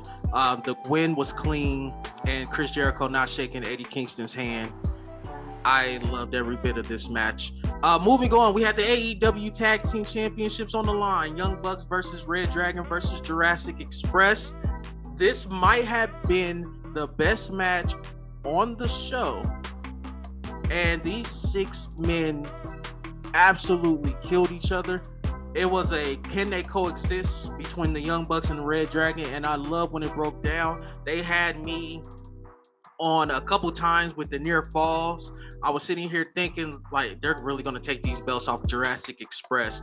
And Luchasaurus and Jungle Boy pulled it out in the end. And I think Luchasaurus had himself a night in this match. Luchasaurus' offense and just everything about him in this match really stood out. And that Jurassic Express finisher, it looks like the toss into the power bomb, is fucking excellent. This match was fan-fucking-tastic. Like, I'm gonna ask for your match of the night at the end. I'm still up in the air, but this is in consideration. I think this is actually going to be a match of the year candidate at the end of 2022. I think it was cool. I was just salty because I was hoping for Red Dragon to win. But it's cool. I don't know. Because Jurassic Express, I don't know. I'm kind of over them, though. That was cool when they first started. Maybe, I don't know. Maybe because Luchasaurus, I knew him because he was on the show called Big Brother. And this was during the time where he, I think, had either just signed to WWE or he signed to WWE after the show. But that's why I was kind of excited when I first seen Jurassic Express. But I'm over them now, for real, to tell you the truth. Now that we got Red Dragon and all them, I'm over them for real. So I want the title to change. I'm going for Red Dragon. I was sorry what they did win. I think they have just started with their title reign. I think this is the match that puts them on the map in terms of a great title win in the midst of a championship run. This is probably their best title win to date. And the same thing I said about Danielson and Hangman, how when he had the first draw and then he beat Danielson the following week in the 30 minutes, and I said he could lose that belt tomorrow. I think his title reign has been solidified. This match for Jurassic Express is the same. If they do lose those belts, I think their title run is automatically a success just because of how this match turned out and how they really didn't even sneak it out. They got the win in a hard-hitting affair with arguably two of the top 10 tag teams in the world. So I think Jurassic Express getting the win here really solidified their title reign. We have the face of the Revolution ladder match next. Keith Lee, Powerhouse Hobbs, Wardlow, Ricky Starks, Orange Cassidy, and Christian Cage. So many spots in this match. I thought this match was fantastic too. Did you see when Orange Cassidy had the ladder in the helicopter? And then Wardlow, Keith Lee took it off and he climbed the fucking ladder and tried to get the brass ring. To Wardlow throwing Keith Lee and Powerhouse Hobbs off the stage by tackling them off the stage. To the power bomb to Ricky Starks on the ladder bridge after Wardlow jumped onto the ladder. There were so many creative spots in here. I think this is one of the best ladder matches that AEW has done. I like how Wardlow basically out muscle everybody though. But spot that I like is when Warlow and Powerhouse Hobb had ripped that ladder in half and shit. That just kind of show you like the strength that the two had basically had for real. They both strong as hell. But I've been saying, you know, even though I was wrong on this one, I did say it depends on what match they go first. If they go with the CM Punk match first, then I think Warlow was gonna lose and Keith Lee was gonna win. But if they go with this match first, Warlow's gonna win, and they went with the match first. So once I seen this match came on first, I knew I was gonna take the L. And then when the match got going, I was like, yeah, I lost. You know, everybody looked good in this match. Not Christian Cage. Keith Lee, when he chucked Orange Cassidy out the ring and low-key overshot him. You didn't hear from Orange Cassidy after that. The spot We got that in the news today too, though. But go ahead. The spot where Powerhouse Hobbs did a superplex to Orange Cassidy while Keith Lee was holding a ladder when it was in the corner. I thought that spot was fantastic. Wardlow winning, it just opens up a world of possibilities, and like we already covered in the earlier Dynamite segment, when you ran that MJF and Wardlow angle where MJF smacked him, you kind of knew Wardlow was winning. Mm-hmm. Let me say this. KB, you something else. Because Keith Lee, he threw Orange Cassidy. That was a botch. He wasn't supposed to throw him that damn far. Orange Cassidy, he actually is injured, but we're going to get into like the severity of his injury in the news. But where is your rant about Keith Lee being unsafe? How you did with Ricochet where he broke dude's nose, and that was by accident. You was like, he is unsafe. He do not deserve a push. Where is that at? Why? Because he with AEW now, so he don't get the being unsafe speech. So now, I mean, I would keep it 100. That move was not safe. But he had like 3 people that were supposed to catch him. I would think, like, you know, Orange Cassidy is a seller, so he's probably going to get thrown further. I put that down to the people who were supposed to catch him, because you're not supposed to do any type of wrestling move for real until you learn how to catch somebody. And it was like 3 of them. So part of that, yes, goes on Keith Lee, but at the same time, don't we get on wrestlers for not laying it in, for making it look fake? Yeah. I can't criticize Keith Lee for just throwing him too far. You got to make it look real, and I believe they should have stepped back like a foot or 2. I don't know. I think he overthrew him. He was running off that height what he did to Isaiah Cassidy. He launched his ass in the air. He running off that height. Well, if you put Keith Lee with any smart guy, just know your ass getting tossed. I just feel like they should have been a foot back. I think that was in the proper spot. Keith Lee was just too hype and was like happy and just overthrew him. Sometimes some people may not know that strength. Yeah. I mean, and Orange Cassidy's like, what, $150? Yeah, it's probably no hard feelings between them though, but yeah, just he don't know his own strength. Plus him being so small, he probably just overthrew him just a little bit. He probably thought he needed to put an umph into it, and then he put that umph, and then when he was seeing it, he was like, "Oh shit, I didn't need it. I could just toss him." Because they work. It's not like, I mean, because it's or not it could like have been Orange Cassidy. Because you know when you do something like that, you kind of the person taking the bump to kind of jump a little bit. Yeah. He probably jumped over jumped too high or some shit like that. That it could have been either way. It's not. I think it's something like this. It's not. You can't really pinpoint who did it, but looking at it, it looked like Keith Lee fucked up. But I mean, it's no easy way to pinpoint because it could be anybody's. But I heard there's no hard feelings between the two, so that's a good thing. So that lets you know that it's probably was a miscommunication thing or a thing like, you know, Orange Cassidy maybe oversold or some shit. Some people who sell good kind of do too much just a little bit.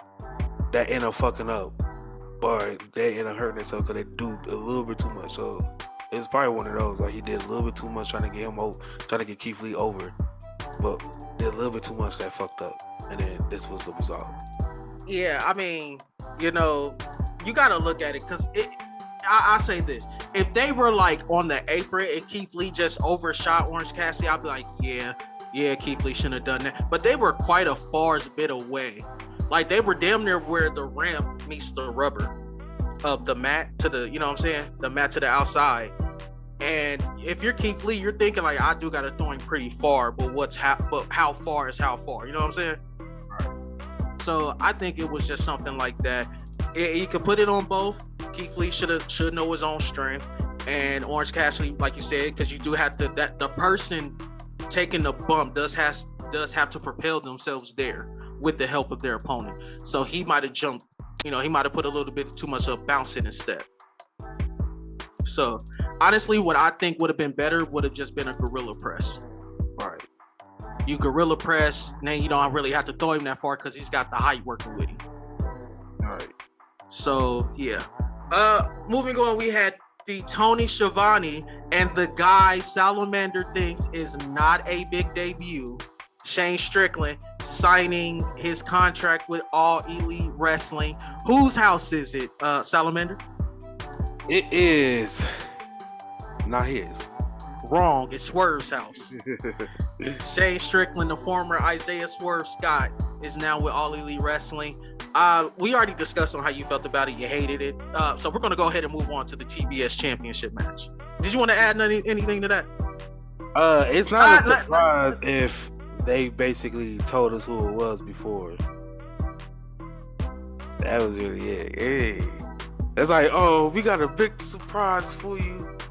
We're going to sign the formerly guy known as Isaiah Swerve Scott, Shane Strickland. We're going to sign him. That's a surprise. I'm telling nobody. Like, they basically gave it out. They ain't no surprise, though.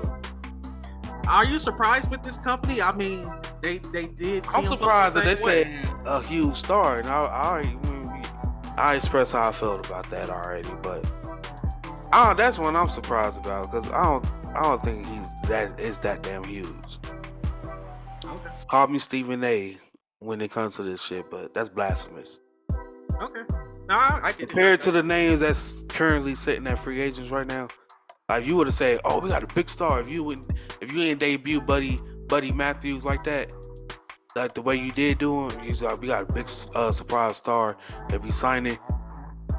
And it's talks that it's Shane Strickland. I'm like, nah. But then Buddy Matthews came. Yes, I'll be excited. Be like, oh, okay. Yes, I agree with that. That's a sign. That's a big star right there. But not for somebody who's been on TV 2 weeks. You're a hater. That's it. You're a hater. Can we move on? It's blasphemous. Can we move on? Yeah. Because we moving on to my girl. So go ahead. TBS Championship on the line. Jay Cargill defending against Tay Conti. I thought this match was great. We don't want to see that karate shit. We don't want to see that karate shit. And like I said, who are you to think that you could just put your hands on the fucking cream, Jay Cargill? Who are you? That's why you got your ass whooped. 28-0. Give it to her. Let's get it. Bro, she's like 29-0. Well, she's 29-0 after this match then. But let's get it. She's the best thing on TV right now. A lot of pump kicks, a lot of reversals. Jay Cargill gets better every time she steps in there. Only thing I was confused about was the kissing. I like that she actually got hit in the face with a chair. Oh yes, that they actually got me on that one too, because I thought they were gonna take the belt off of her like that. I'm like, you can't be taking the belt off Jay, not like this. Yeah, so it was good. I'm not mad about it. I was still just confused about the kissing. Like the kissing never played a part, and then it's like she didn't kiss her at the end after she beat her. So I was just confused. Like, did you just want to kiss Tay Conti? And was just like, yeah, I want to kiss you. I don't know. Yeah, I was just kind of confused. Like it didn't play a part in the finish. I left that out. Of course you did. I was confused about it. But Jade Cargill, she's still undefeated. She's the best wrestler that AEW has on their roster. Ain't nobody else undefeated but her. And if you are undefeated, you ain't got 29 wins, so it don't matter. She's number one. She's better than statistically. She's better than Kenny Omega. She's better than the Doctor. She's better than anybody you can bring. Anybody you could say that's on with AEW. She's better than. Yeah, but we all know that numbers Statistically, lie. numbers don't lie. No, they don't. Yes. It's like ball don't lie. Numbers don't lie. Statistically, she's the best thing y'all have on the roster. The Now numbers let's move on to this dog. no, the numbers do lie because her best match, the best match that she had, or I'm sorry, the height of her competition is Tay Conti. She hasn't went against anybody for real. I mean, she beat Thunder Rosa with the help of Mercedes Martinez. That's She like wasn't about to beat Thunder Rosa, not clean. that's like saying in the beginning of the NBA season, a team that go 10-0, you saying, oh, that 10-0 don't count because they face teams that finish last in their conference. It don't matter. Yeah, it don't matter. It don't. She's 29-0. It don't matter. She's the best thing I have to offer right now. She definitely ain't better than a Kenny Omega. She is statistically, it's proven. She is. Kenny Omega do not have 100% statistic win rate. Jay Cargill do. That's it. Now let's get into the dog collar match. I'm gonna let you have that because I can't argue 29-0. So, dog collar match: Maxwell Jacob Friedman versus CM Punk. CM Punk got the win. Wardlow turned on MJF, and I thought this match was brilliant. This match is fucking good, but okay, we finally got the turn, the Wardlow turn. But let's not get it twisted, man. CM Punk won the match. They both 1-1. But this match just showed you either CM Punk is old, rusty, whatever. But MJF is the better wrestler between the two. What? Yes. MJF was whooping his ass. Okay, so let's we kind of jumped the gun. Let's start from the beginning. MJF comes out to Cult of Personality. So I'm thinking, you can't play Cult of Personality twice. The pop has already happened for it.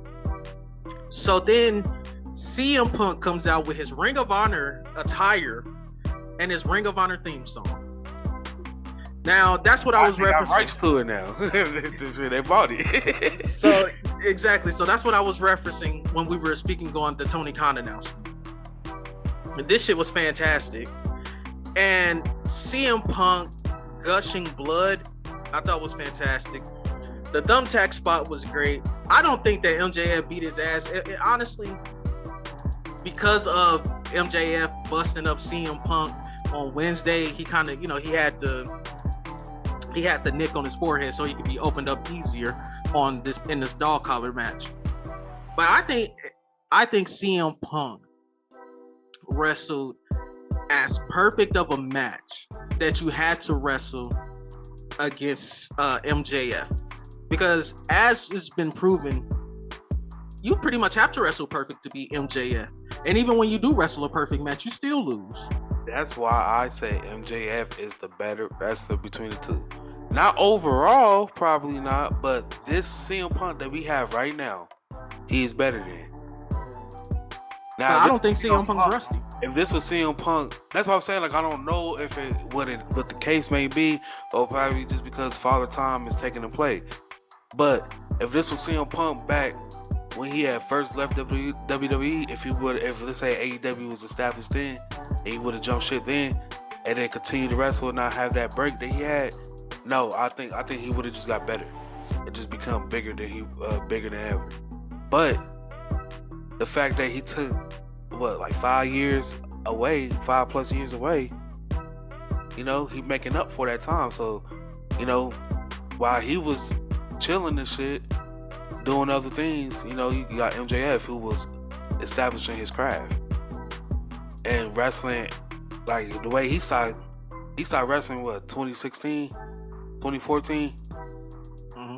So 2014, he's still wrestling how he did in 2014. You know, wrestling changed from 2014 to 2022. It's a way different new game now. So that's what I'm saying. Like, this form of CM Punk that we have now, he's better than. But if it was the form that we had before, no, he was not. But just this form that he's facing, he's better than. And everything. It's just like MJF. He's one of the best wrestlers that they have on there, on the roster. One of the best. The best heel on the roster. But MJF is a motherfucker. I'll tell you that. So, just finishing up the match, MJF grabbed control. He then starts calling out for Wardlow.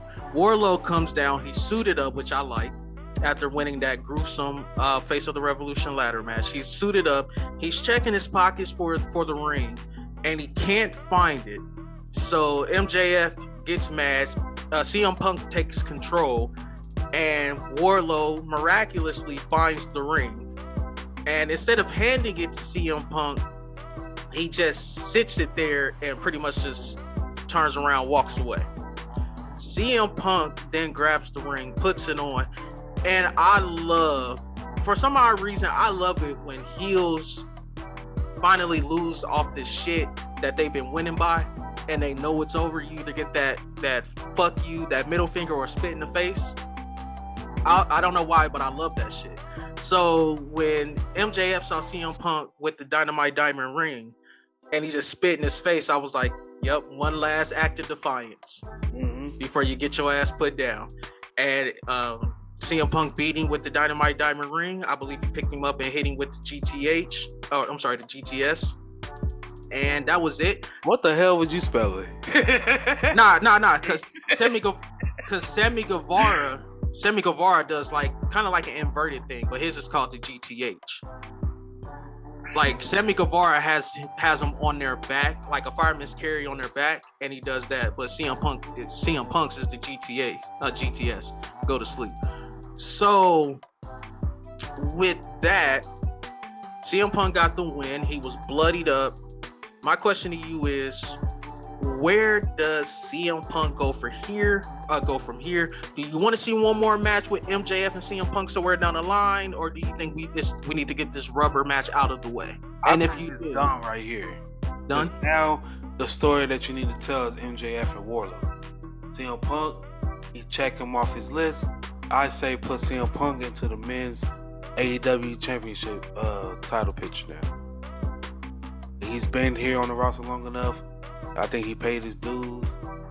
Time for him to be in that title picture. But before he leaves, he will be an AEW World Champion. I say, for real, I don't even think MJF should get the title right now, because you into that MJF and Wardlow video rivalry. After the rivalry, Wardlow is gonna be the one that's gonna get a push. MJF, I don't think so right now. But you can come back to the story later on when CM Punk is the champion. I say CM Punk is the one to take the belt off of Hangman. I'm going MJF. I think MJF finds a way to weasel into the world title picture. Moving on, we had the AEW Women's World Championship on the line. Thunder Rosa going against Dr. Britt Baker, DMD, for the AEW Women's World Championship. The crowd was dead for this match, and I'm going to criticize the flow of the show at this point, because we get on WWE all the time when they will put a women's match before the main event, or they will put a women's match after a very emotionally charged program. Mm-hmm. And this was the same thing. The women were never going to follow a CM Punk and MJF dog collar match. They weren't. To be honest, wherever you put this match on this card, I mean, where else would you put it? If you put it, the first match was Eddie Kingston and Chris Jericho. That was a great first opener. You put it right after that, they needed a down, like a cool down match, which was the AEW Tag Team Championship match. If you put that right after that one, I think you would have got the same reaction. Then after that down match, then that's when you got the Face of the Revolution ladder match. You couldn't have put that there. Then after that, you got another down match, which was the TBS Championship match. Then you got you back on your feet, and now it's like now this is meant for you to stay on your feet, but look where it's at. It ran after MJF CM Punk, and then it's before John Moxley Daniel Bryan, but before AHFO, and before the world the AEW World Tag Team, the World AEW World Championship. So where do you put it on the card? I mean, I think it was this card was stacked, so something had to give. You know, they ain't gonna be hyped for 6 hours. Like there's gotta be this. No matter where you put it on the card, something was gonna get. Something wasn't gonna live up to it, just because of this how stacked this card is. AEW could put on fantastic matches and fantastic pay-per-views, but I think they need to learn how not to overstack the show. Like I said, I think it was no need for 12 matches. They could have gave us 10. They could have gave us 8, and we would have been fine. You feel me? It would have been cool. But that's just their thing. But just because they do only have 4 pay-per-views, I understand why they do stack it up. But you know, if you're gonna keep doing this, you have to understand that no matter what, at least 1 or 2 matches may not live. It may live up to match wise, but height wise, people ain't gonna be into it because you know they're tired. Something gotta give. Something's gonna give up. That's why you gotta have your height, your match that you know that's gonna get people on their feet. You got your cool down match, a match that people will actually sit there and watch and pay attention to. Then you're gonna get another match where people gonna get emotionally involved. Then you gotta have another cool down match, especially if it's 12 matches. It just so happened the AEW Women's title is basically in this situation. They the cool down match after the CM Punk and MJF crowd is hyped, emotionally involved. You got the cool down match, the AEW Women's Championship match. People cooling down, they actually paying attention to the match or whatever. They're probably not into it like that, but they're paying attention to it or whatever, watching it. And then you got the hype up match, John Moxley, Daniel Bryan, Bryan Danielson. The other cool down match is the Darby Allin, Sammy Guevara's theme match. And then you got another hype up match, the main event. Then we go home. But see, I feel like that's trios tag, and we're going to get into it because there were a couple of spots there that I don't feel like that was a cool down match. And to make things simpler for us, why not just switch the dog collar match and the championship match?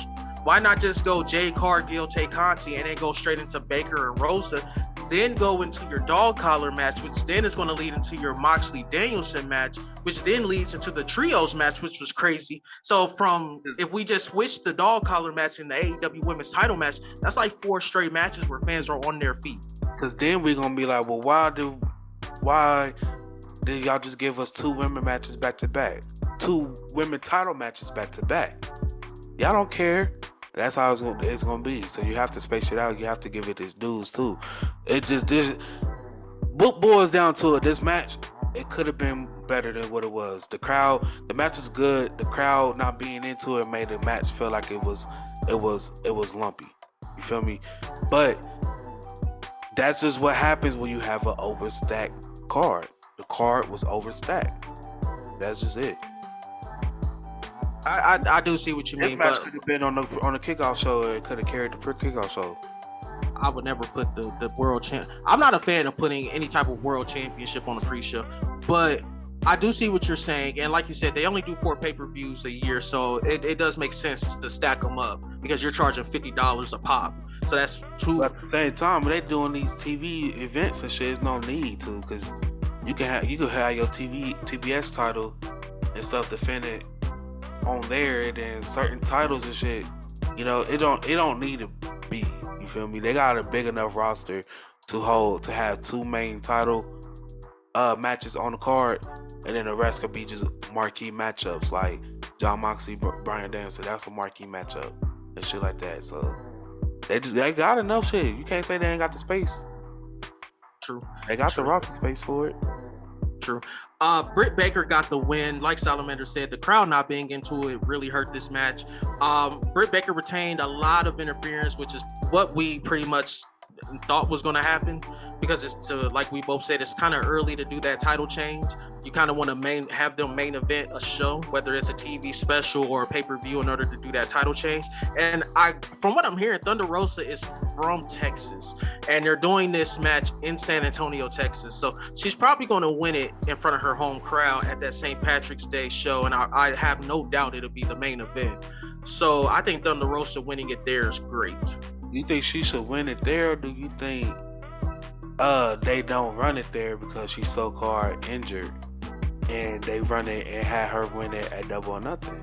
Well, and that's the thing. So coming up on this week's Dynamite, it is Layla Hurst versus Thunder Rosa. Winner gets Britt Baker at that St. Patrick's Day Slam. I could see. Will she lose? Yeah, I was gonna say I could see Britt interference. Yeah, I was gonna say I can see Britt Baker sending out Rebel and Jamie Hayter, and that's how Thunder Rosa loses. And you kind of stretch that out until Double or Nothing, where they can main event a big show for the AEW Women's World Championship. So I definitely see that there. Moving on to another match of the night candidate, Jon Moxley versus Bryan Danielson. This match was as brutal and as violent as you can think. They both were busted open. Moxley got the win off a surprise pin that came out of nowhere, which then led to a William Regal debut. The most devastating move in all of sports entertainment. That's not a roll-up. That was a pin. That was a pin. That was not a roll-up. But Regal is all elite. Regal is all elite. What did you think of this match, William Regal's debut? And do you like this new team or this new stable being led by William Regal? Yeah, I was just about to say that shit too. Like, I think like the match is fucking phenomenal, fucking marvelous. But William Regal came out, I'm like, oh shit. So damn, Bryan Danielson had something up his sleeve the whole time. He had William Regal. He just needed to get Jon Moxley on page with like. So is he gonna be who's the brains behind this? Like, that's why I want to know. Is this William Regal or Bryan Danielson? Or is it William Regal gonna be the mouthpiece and basically be the group's Don Callis, basically? I'm glad you mentioned Don Callis, because you know what I want to see? I want to see Moxley Danielson versus the Bucks, and the program is around William Regal pretty much saying we're going to clean up the flips and the tricks and the spot fest of this godforsaken show. And this group goes on a tear, just fighting all of the teams who do nothing but spot fest, and they don't really wrestle. And they go on a killing spree where they take out like teams like Top Flight. Ultimately, it'll be like teams like Top Flight, teams who do nothing but spot fest. So I say they beat Jurassic Express, but they don't take the belts off Jurassic Express. Like they'll beat them, but nothing. Like they won't challenge. They're just taking out all the teams who do nothing but spot fest, and it ends with the Bucks. And William Regal cuts this crazy promo where he's like, the tag team wrestling of today originated with you two. Nobody cares about learning the basics. All these people want to do is flips and kicks. Like, what? Hey, William Regal's just going on and on. Like, what the fuck is a super kick party? Why aren't you trying to show kids the basics? And we get a huge program, I would say, at All Out between Danielson and Moxley versus the Bucks. I think that'll be a great program. I can see that. I can see that. One more thing that we can move on, because we're almost at the end of the pay-per-view. Do you see Samoa Joe coming in and joining this group? Whew. Now, if you say you got a big signing and Samoa Joe pop up instead of Shane, what was his name? Shane Strickland. Yes, that's a big signing. But You're a hater. You're a hater. Quit hating. Moving on, we had the Trios Tornado Tag Team match next. Darby Allin, Sting, Sammy Guevara against the AHFO, Andrade El Idolo, Isaiah Cassidy, and Matt Hardy. And my goodness, Salamander, I thought this was just going to be a regular cool down. Nah, AEW said we're going to throw you a whole bunch of shit. The two spots I want to focus on. First off, Sammy Guevara, Darby Allin, Sting got the win. What did you think about Sting jumping off a ledge through 6 tables onto Andrade, and then the Spanish fly with Sammy Guevara and Isaiah Cassidy onto the LED stage because those tables didn't break? What the fuck is you thinking, Sting? 2 weeks before you turn 63 years old? 2 weeks before you turn, you damn near up there with Vince McMahon. You jump through fucking tables. Fuck is wrong with you? It was an awesome spot. Who the fuck approved this shit? Tony Khan. Why? I bet you Sting said, I want to do it. Yeah, probably. If he came to him, yeah. But goddamn, I'll be like, are you sure? I guarantee you Tony Khan was like, Sting, I don't know if we should be doing that. Sting was like, I'm going to do it. And Tony Khan, just don't hurt yourself. I have fucking paramedics in Gorilla. Once he come back there and make sure everything good. Like his pulse and blood pressure levels and all that shit. Cause goddamn, you 63 going. Bro, can you imagine that? Like slamming your grandpa through tables and shit. He dove through Andrade through like 6 tables set up by Butcher and Blade. That's crazy though. Like 63, I just can't get past 63 years old. Bro, I was more shocked at the Spanish fly onto the stage. I'm shocked that a 63-year-old. That's like Ric Flair doing a dive into some tables. Salamander. Sammy Guevara did a Spanish fly, missed 1 table, and the second table didn't even break. I'm sitting here looking at Isaiah Cassidy like, how are you not dead? No, the thing that's more impressive is Sting going through fucking tables at 63 years old. 62 years old. It was like 6 tables there. He was going to be fine. He's 62 years old going through tables. And That's crazy though. And your future just did a Spanish fly off of a set through 2 tables, which he missed 1, and the second one didn't even break. I think a 62-year-old man going through some tables is more impressive. That shit crazy though. 62 years old going through 6 tables. Just think about how crazy that is. A 62-year-old man going through 6 tables. And he dove. I mean, he did a stinger splash. You acting like he did a 450. But it's still impressive. That's impressive. More impressive than a Spanish fly off of a set. He's 20-something years old. That's cool. I expect for you to do that. A 62-year-old man jumping onto 6 tables. He could have broke a hip or anything. Anything could have went wrong. He fragile. You fragile at that age. He ain't been taking no bumps all year to do that shit. That's impressive. That's impressive. I think this damn near match of the night just because Sting did that shit. This damn near. Goddamn. He might win MVP at the end of the year just because he is a 62-year-old man who went there through 6 tables. Vince McMahon, WrestleMania, you wrestle at WrestleMania, you have to top this shit, Vince McMahon. You have to top this shit. You have to get thrown through tables, and you have to get thrown through the announcement table. He got to pull off the Shawn Michaels elbow. You got to get thrown, fuck that. You got to get thrown off the top of the cage onto some tables to top this shit. Ain't nothing topping a 62-year-old Sting jumping through 6 tables. That's crazy. That shit sweet as fuck. That shit sweet, man. What if he hit a moonsault? I'll be like, oh my God.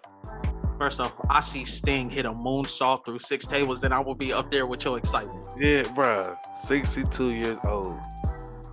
Now, he got that birthday adrenaline where you just count down your birthday less than 2 weeks. Yeah. 2 weeks from now, he'll be 63, so yeah, he running off that adrenaline. Like, yeah, he said, for old time's sakes, let me do it. He thought he was in WCW for a minute. All right. 62 years old, KB. 62 years old going through 6 tables. I'm sorry. Just that Spanish fly from Sammy Guevara to Isaiah Cassidy onto the stage where they missed the table and the second one didn't break on that LED floor. I'm sorry. I expect for you to do that when you like your 20s to 30 years old, but 62 You know, just think about the average 62-year-old man. Now imagine him going through a table. You probably like, oh hell nah, he ain't getting up. But Sting at 62 going through 6 of them. That's impressive, man. All right, guys. Only thing that could top it if Vince McMahon do some shit at WrestleMania, or if Ric Flair do some shit. If Ric Flair come back in for one more match and do some shit, I'm like, yeah, that's it. But right now, Sting is the oldest, coolest wrestler ever. Yeah. All right, guys. Moving on, we have the main event. The AEW World Championship is on the line. Hangman Page defends against Adam Cole. And Hangman Two Page... tables. 62 years old. Can we move on to the main I'm event? stuck on that shit. He better than Goldberg. Listen. Main event. Hangman Page, Adam Cole. Hangman Page got the win. Dark Order fought off Red Dragon. And Hangman Page hit the boom. And then a... buckshot lariat for the win. I thought we were going to get an Omega return, but Don Callis was true to his word and Omega wasn't there in kayfabe. What did you think of the match? I thought the match was a great main event. I see why they went with it. Hangman Page again puts on a fantastic championship match. I do feel like the hype around it to me didn't solidify it as a main event, but like I've said with Page's title reign, the in-ring work can sometimes overshadow the story, and this was another example of Hangman Page's ring work really showing. Can't be the mark. Yes. Can you imagine Arn Anderson going through 6 tables? Salamander, we moved on. We're talking about the main event. I'm stuck on that shit. That shit had me talking all night. Like, Sting went through 6 tables. Listen, what did you talk about being emotionally involved into the CM Punk match? I was goddamn when I seen Sting go through 6 tables at 62 years old. I'm like, damn! I forgot we had one more match.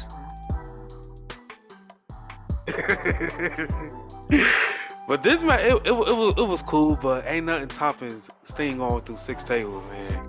Ain't nothing topping that, man. That's my match of the night, bro. I'm going with that. Oh my goodness. So what did you think of this match? It was cool. I thought after what happened last match, this match was cool. 62 years old going through 6 tables. Yeah, Jesus. But that's a talk. I'm surprised people ain't talking about this shit more. Right, because you had the AEW World Championship defended in an excellent match between Hangman Page and Adam Cole. We forgot about that shit. No, I didn't forget. You forgot because this was the cool down match right before it. Nah, to me, shit, this was the hype match. That AEW title match was a cool down match. Adam Cole. Not Adam Cole, but motherfucking Adam Page. I don't know. I ain't been too into his title reigns. It's cool. I'm cool. He's the 4th ever AEW World Champion in history, and he is making his 4th title defense with this. He won 16 of his last 18 single matches. So with this, he won 17 of his last 18 single matches. Adam Cole's single record was 11-0. Now he is 11-1. So that was something new. He's not undefeated singles anymore. And I like how they brought in his Ring of Honor shit. He's a 3-time Ring of Honor world champion. I like that shit. But ain't nothing topping Sting going through 6 tables. 6 tables. That's why this pay-per-view is a 10 out of a 10. 6 tables. 62 years old. 6 tables. You heard it here from Camille Salamander. 10 out of 10 pay-per-view. His match of the night is the Trios Tornado Tag. 10 out of 10 for me. My match of the night. Oh, so hard. I am going to go with the obvious. 62 years old going through 6 tables. Nah, not even close. I'm I'm sorry. 2 years old going through 6. People retire at that age. He That's going fine. through tables.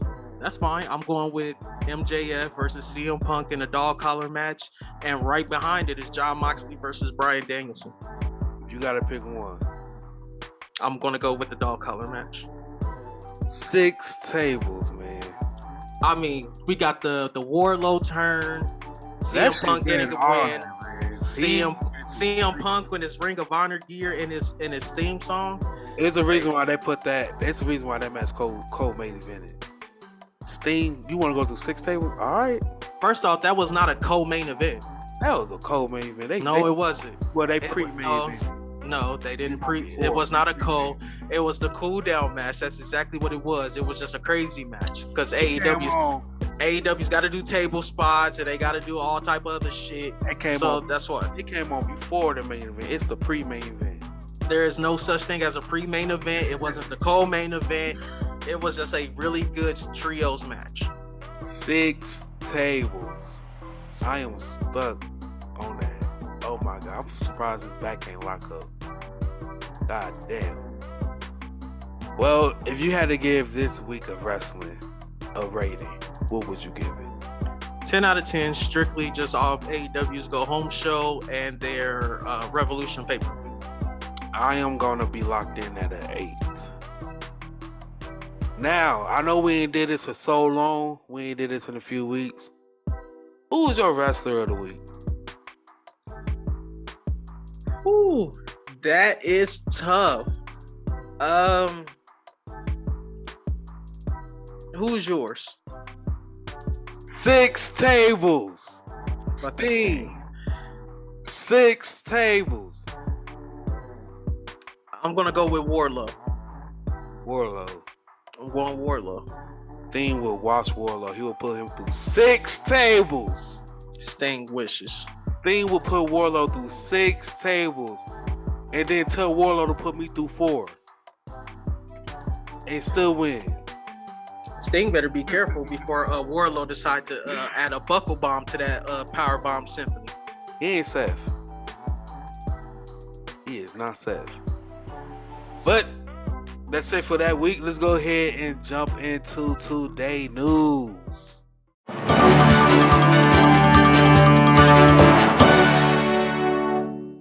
Now, you know the WWE games, the 2K19, 2K20, it wasn't no 21, now it's 22.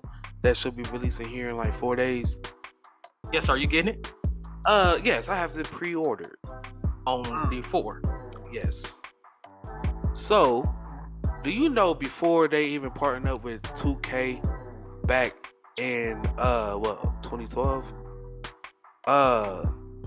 Well, not even before. When they first partnered up with 2K back in 2012, their contract actually ended in 2016. So 2016, that was actually talking with EA to switch over and have EA produce their games for them. Now, can you imagine EA doing a WWE game? I can't, because EA games not really that impressive to me. Madden is the only thing carrying them, but Madden's fucking ass is the same game year after year after year, just with a new cover athlete. I just figured WWE just gonna be like how fucking the UFC games are, and I mean after a while playing those you get bored. So I'm glad. I think they made the right decision to stay where they at 2K. I don't think things would have been right if they would have switched over to EA. What you think about this though? You think WWE games have been way better over there at EA, or you think we cool even though they fucked up on 2K20? You think we cool on 2K? I mean, WWE will never be able to replicate the games of old, so I guess being with 2K is probably the best thing for you, because you see how they do with the NBA 2K series. That's always, it gets better and better every year. So it's probably good that they're with 2K. I can't wait to get it. I didn't pre-order it because I don't know what copy I'm going to get yet. I don't know if I'm going to get the 50, the 60, the 80, the 100, or the 120. I got the regular one. I just pre-ordered so I get the Undertaker shit. What's that? All his characters.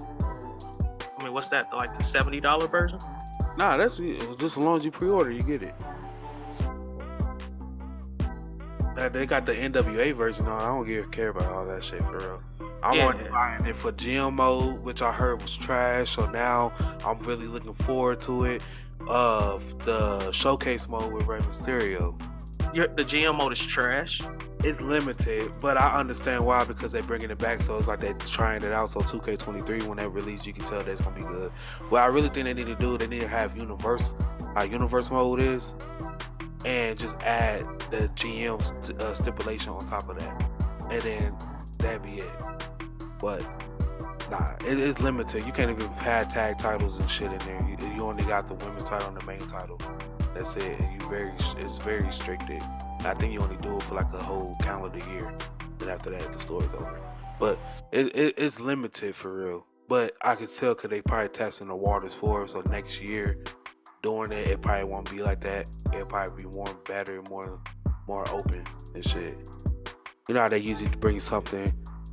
They take something away, bring it back in a year to try it out, and then if it do good, then they go into detail with all that shit.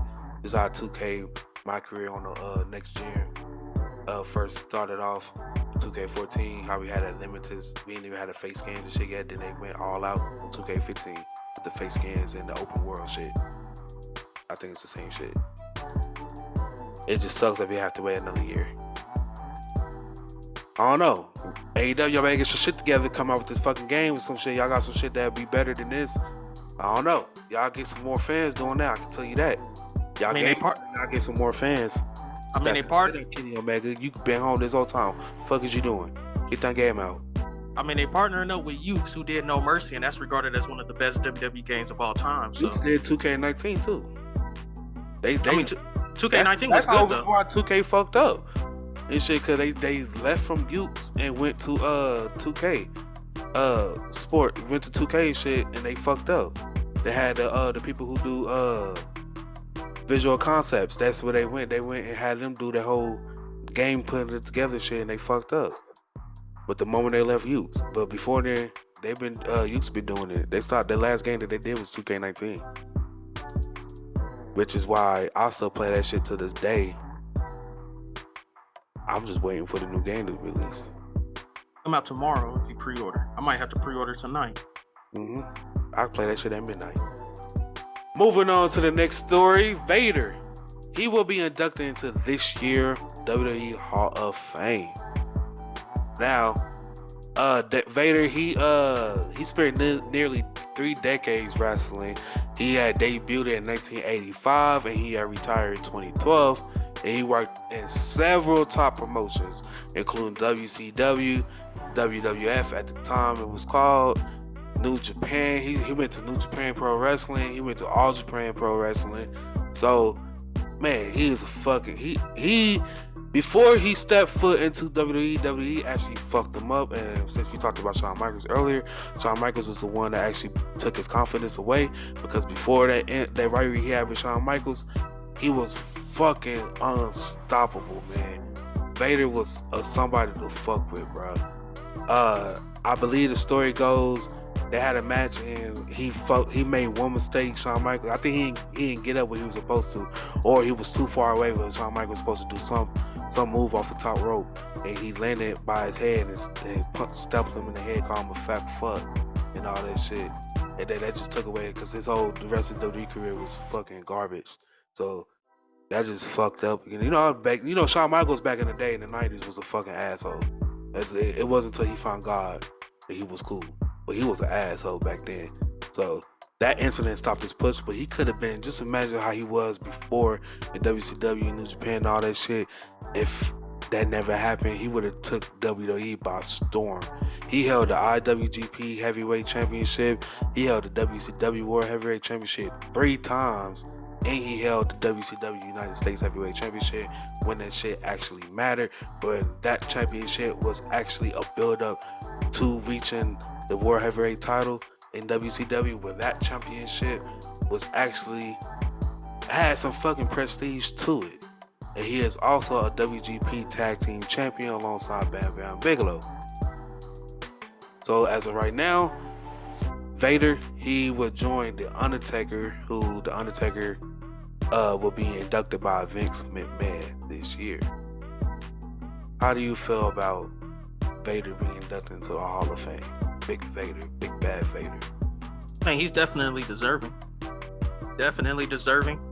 Like you said, that was before Shawn Michaels found God, so we all know how Shawn Michaels was back in the 90s. It's good. He deserves it. He had a nice career in WWF, WCW, and when he stepped out, so he's truly deserving of a spot in the Hall of Fame. All right. Do you think there will ever be a point in time where Owen Hart would be inducted? Nope, because Owen Hart's wife is working exclusively with AEW. And I think she has said on numerous occasions she doesn't. I know she won't, but I know like Bret Hart been trying to talk to her. I know at one point in time Mark Henry was talking to her. Because I mean, if any wrestling Hall of Fame that he get inducted to, he belongs in WWE. Even though that incident happens, that's where, you know, he made his name there. So if he gonna be in anybody pro wrestling Hall of Fame, I really would think he deserved to be home and stuff. But I understand too of her reasons why. But that's just a hard thing that I don't think, you know, it will ever be resolved. If it is gonna happen, I think it's probably, I don't know, maybe sometime before we will ever see 2030, maybe. But I don't know. Moving on to the next story, we got CM Punk. He explains why he was revealed that Tony Khan bought Ring of Honor instead of Vince McMahon. Now, CM Punk, he made a name for himself in Ring of Honor before going to WWE. He was talking about his wrestling return on AEW Rampage. Talk about how he felt in pro wrestling in 2005 when he first signed with WWE. To sum it all up, he basically said that he loved Ring of Honor so much he can't explain how happy he is that his footage is in good hands, and just know that it's in the hands of somebody that would treat it well. Shots fired. He also said, I literally felt like my baby is in someone's hands, and I know that someone will raise the child right and do right things with it, and it won't go into some tab on some shitty, confusing app that's hard to navigate, and the boys don't get paid anything off of it. Shots fired. AK-47 bullets. He sent shots towards WWE on AEW television. Oh my God. What you think about this promo though? I've been saying this too, that Vince McMahon, it was reports that Vince McMahon was actually trying to buy Ring of Honor, and Tony Khan actually swooped it up under his nose. So that's just to show you that Tony Khan was never interested. I'm pretty sure that the owners of Ring of Honor would have sold it to WWE, but just the simple fact that they chose Tony Khan over Vince McMahon just show you that they would rather give it to somebody like CM Punk said, somebody that actually care. I do agree with that. I do think Tony Khan is going to treat this promotion like care. They're not going to do like what WWE just going to do. They just going to buy Ring of Honor shit, put all the tapes on the fucking Peacock, and then we can just watch Ring of Honor whenever. I think in good hands, because all they was going to do is take the wrestlers and shit that they is currently still under contract with them and just drop them out and release them. Again, and they were like, "Oh, you thought you got away? Come here, boy," and then do what they want to do with him. And then, shit, what would happen with Brody King? Because he with them, he signed with Ring of Honor. That's gonna be confusing right there. And he's like, "You thought you had a House of Black? Come here." Well, no, because remember, Ring of Honor released everybody from their contracts. On the website, they still got them under like they under contract, like they signed with Ring of Honor. Nah, they released everybody from their contracts before they sold it. But I heard reports that Triple H was trying to talk Vince McMahon into buying Ring of Honor in like 2018, and from what I was hearing, they were just going to shut it down. So that should let you know what WWE or how WWE feels about other professional wrestling companies outside of their own. The fact that you're willing to buy a promotion just to shut it down, that's just some shit I don't agree with, especially a promotion that has such a rich professional wrestling archive. Especially So the future of your wrestlers was with Ring of Honor too. right, right.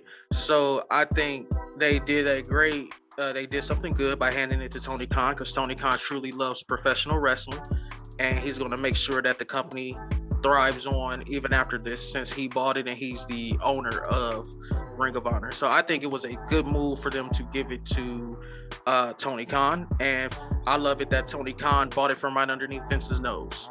Mm-hmm.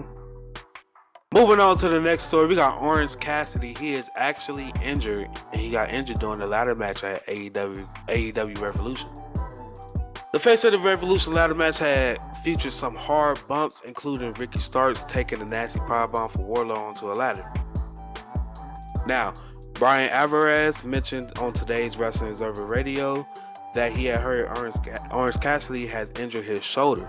It wasn't said when the injury had happened, but Cassidy did take a big bump when he was tossed out the ring by Keith Lee and had overshot over two wrestlers that were supposed to catch him.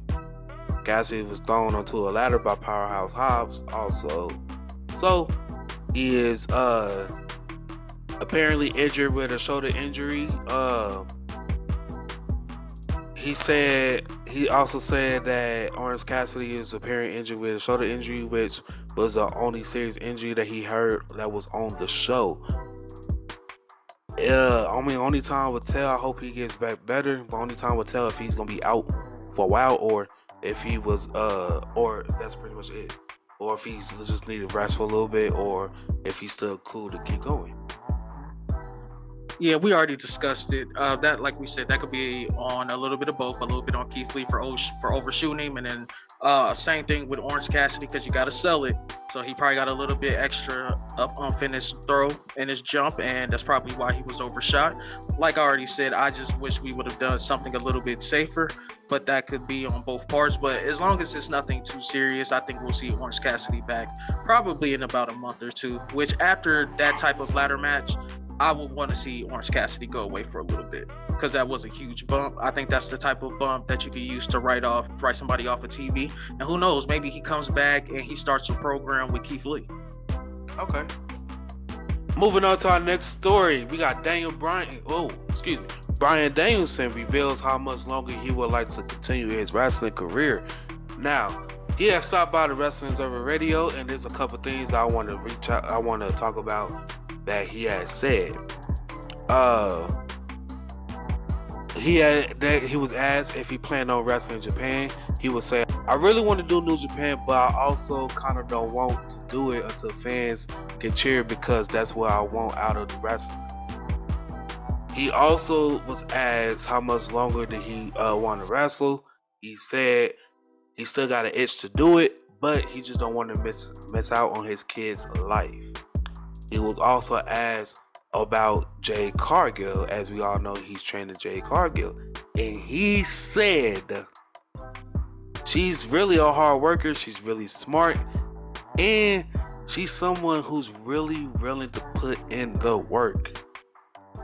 He said that about the Queen Jade Cargill. What do you think about these questions that he asked? Would you like to see Bryan Danielson in New Japan? How much longer do you think Bryan Danielson have left in wrestling? And what do you think about his comments of Jade Cargill, the queen, the real queen? First off, she's not the queen. She's a fantastic wrestler who's growing every match. Nothing there out of the ordinary. We've heard numerous reports from numerous superstars within AEW that Jade Cargill works hard, so she's truly deserving of her spot. So I'm not surprised there that he put her over.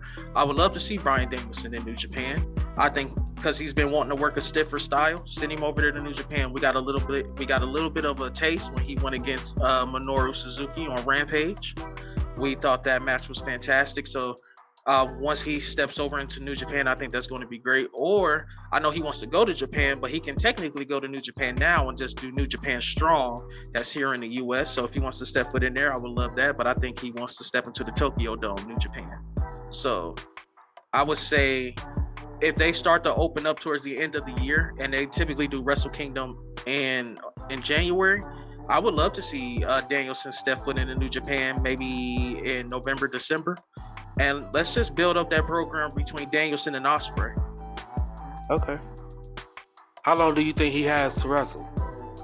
I'll give him 3 years tops as a full time, and then I think he'll go part time for about 4 to 5 years after that. So I think he'll be hanging it up probably around 50. So you think he'll wrestle to the end of the decade? I think he will wrestle to the end of the decade. All right. What do you think about his comments to Miss Jade Cargill?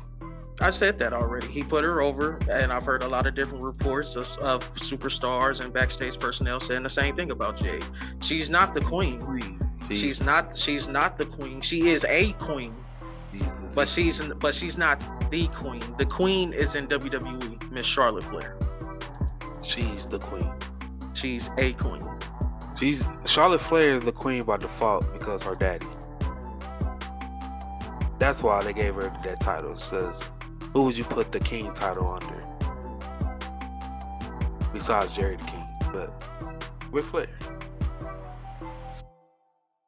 Charlotte Flair's the queen. Anyway, let's move on to our last story of the evening. We got Vince McMahon. He will play a key role at WrestleMania. Now, we talked about this a little bit when we was going through the Friday Night SmackDown review.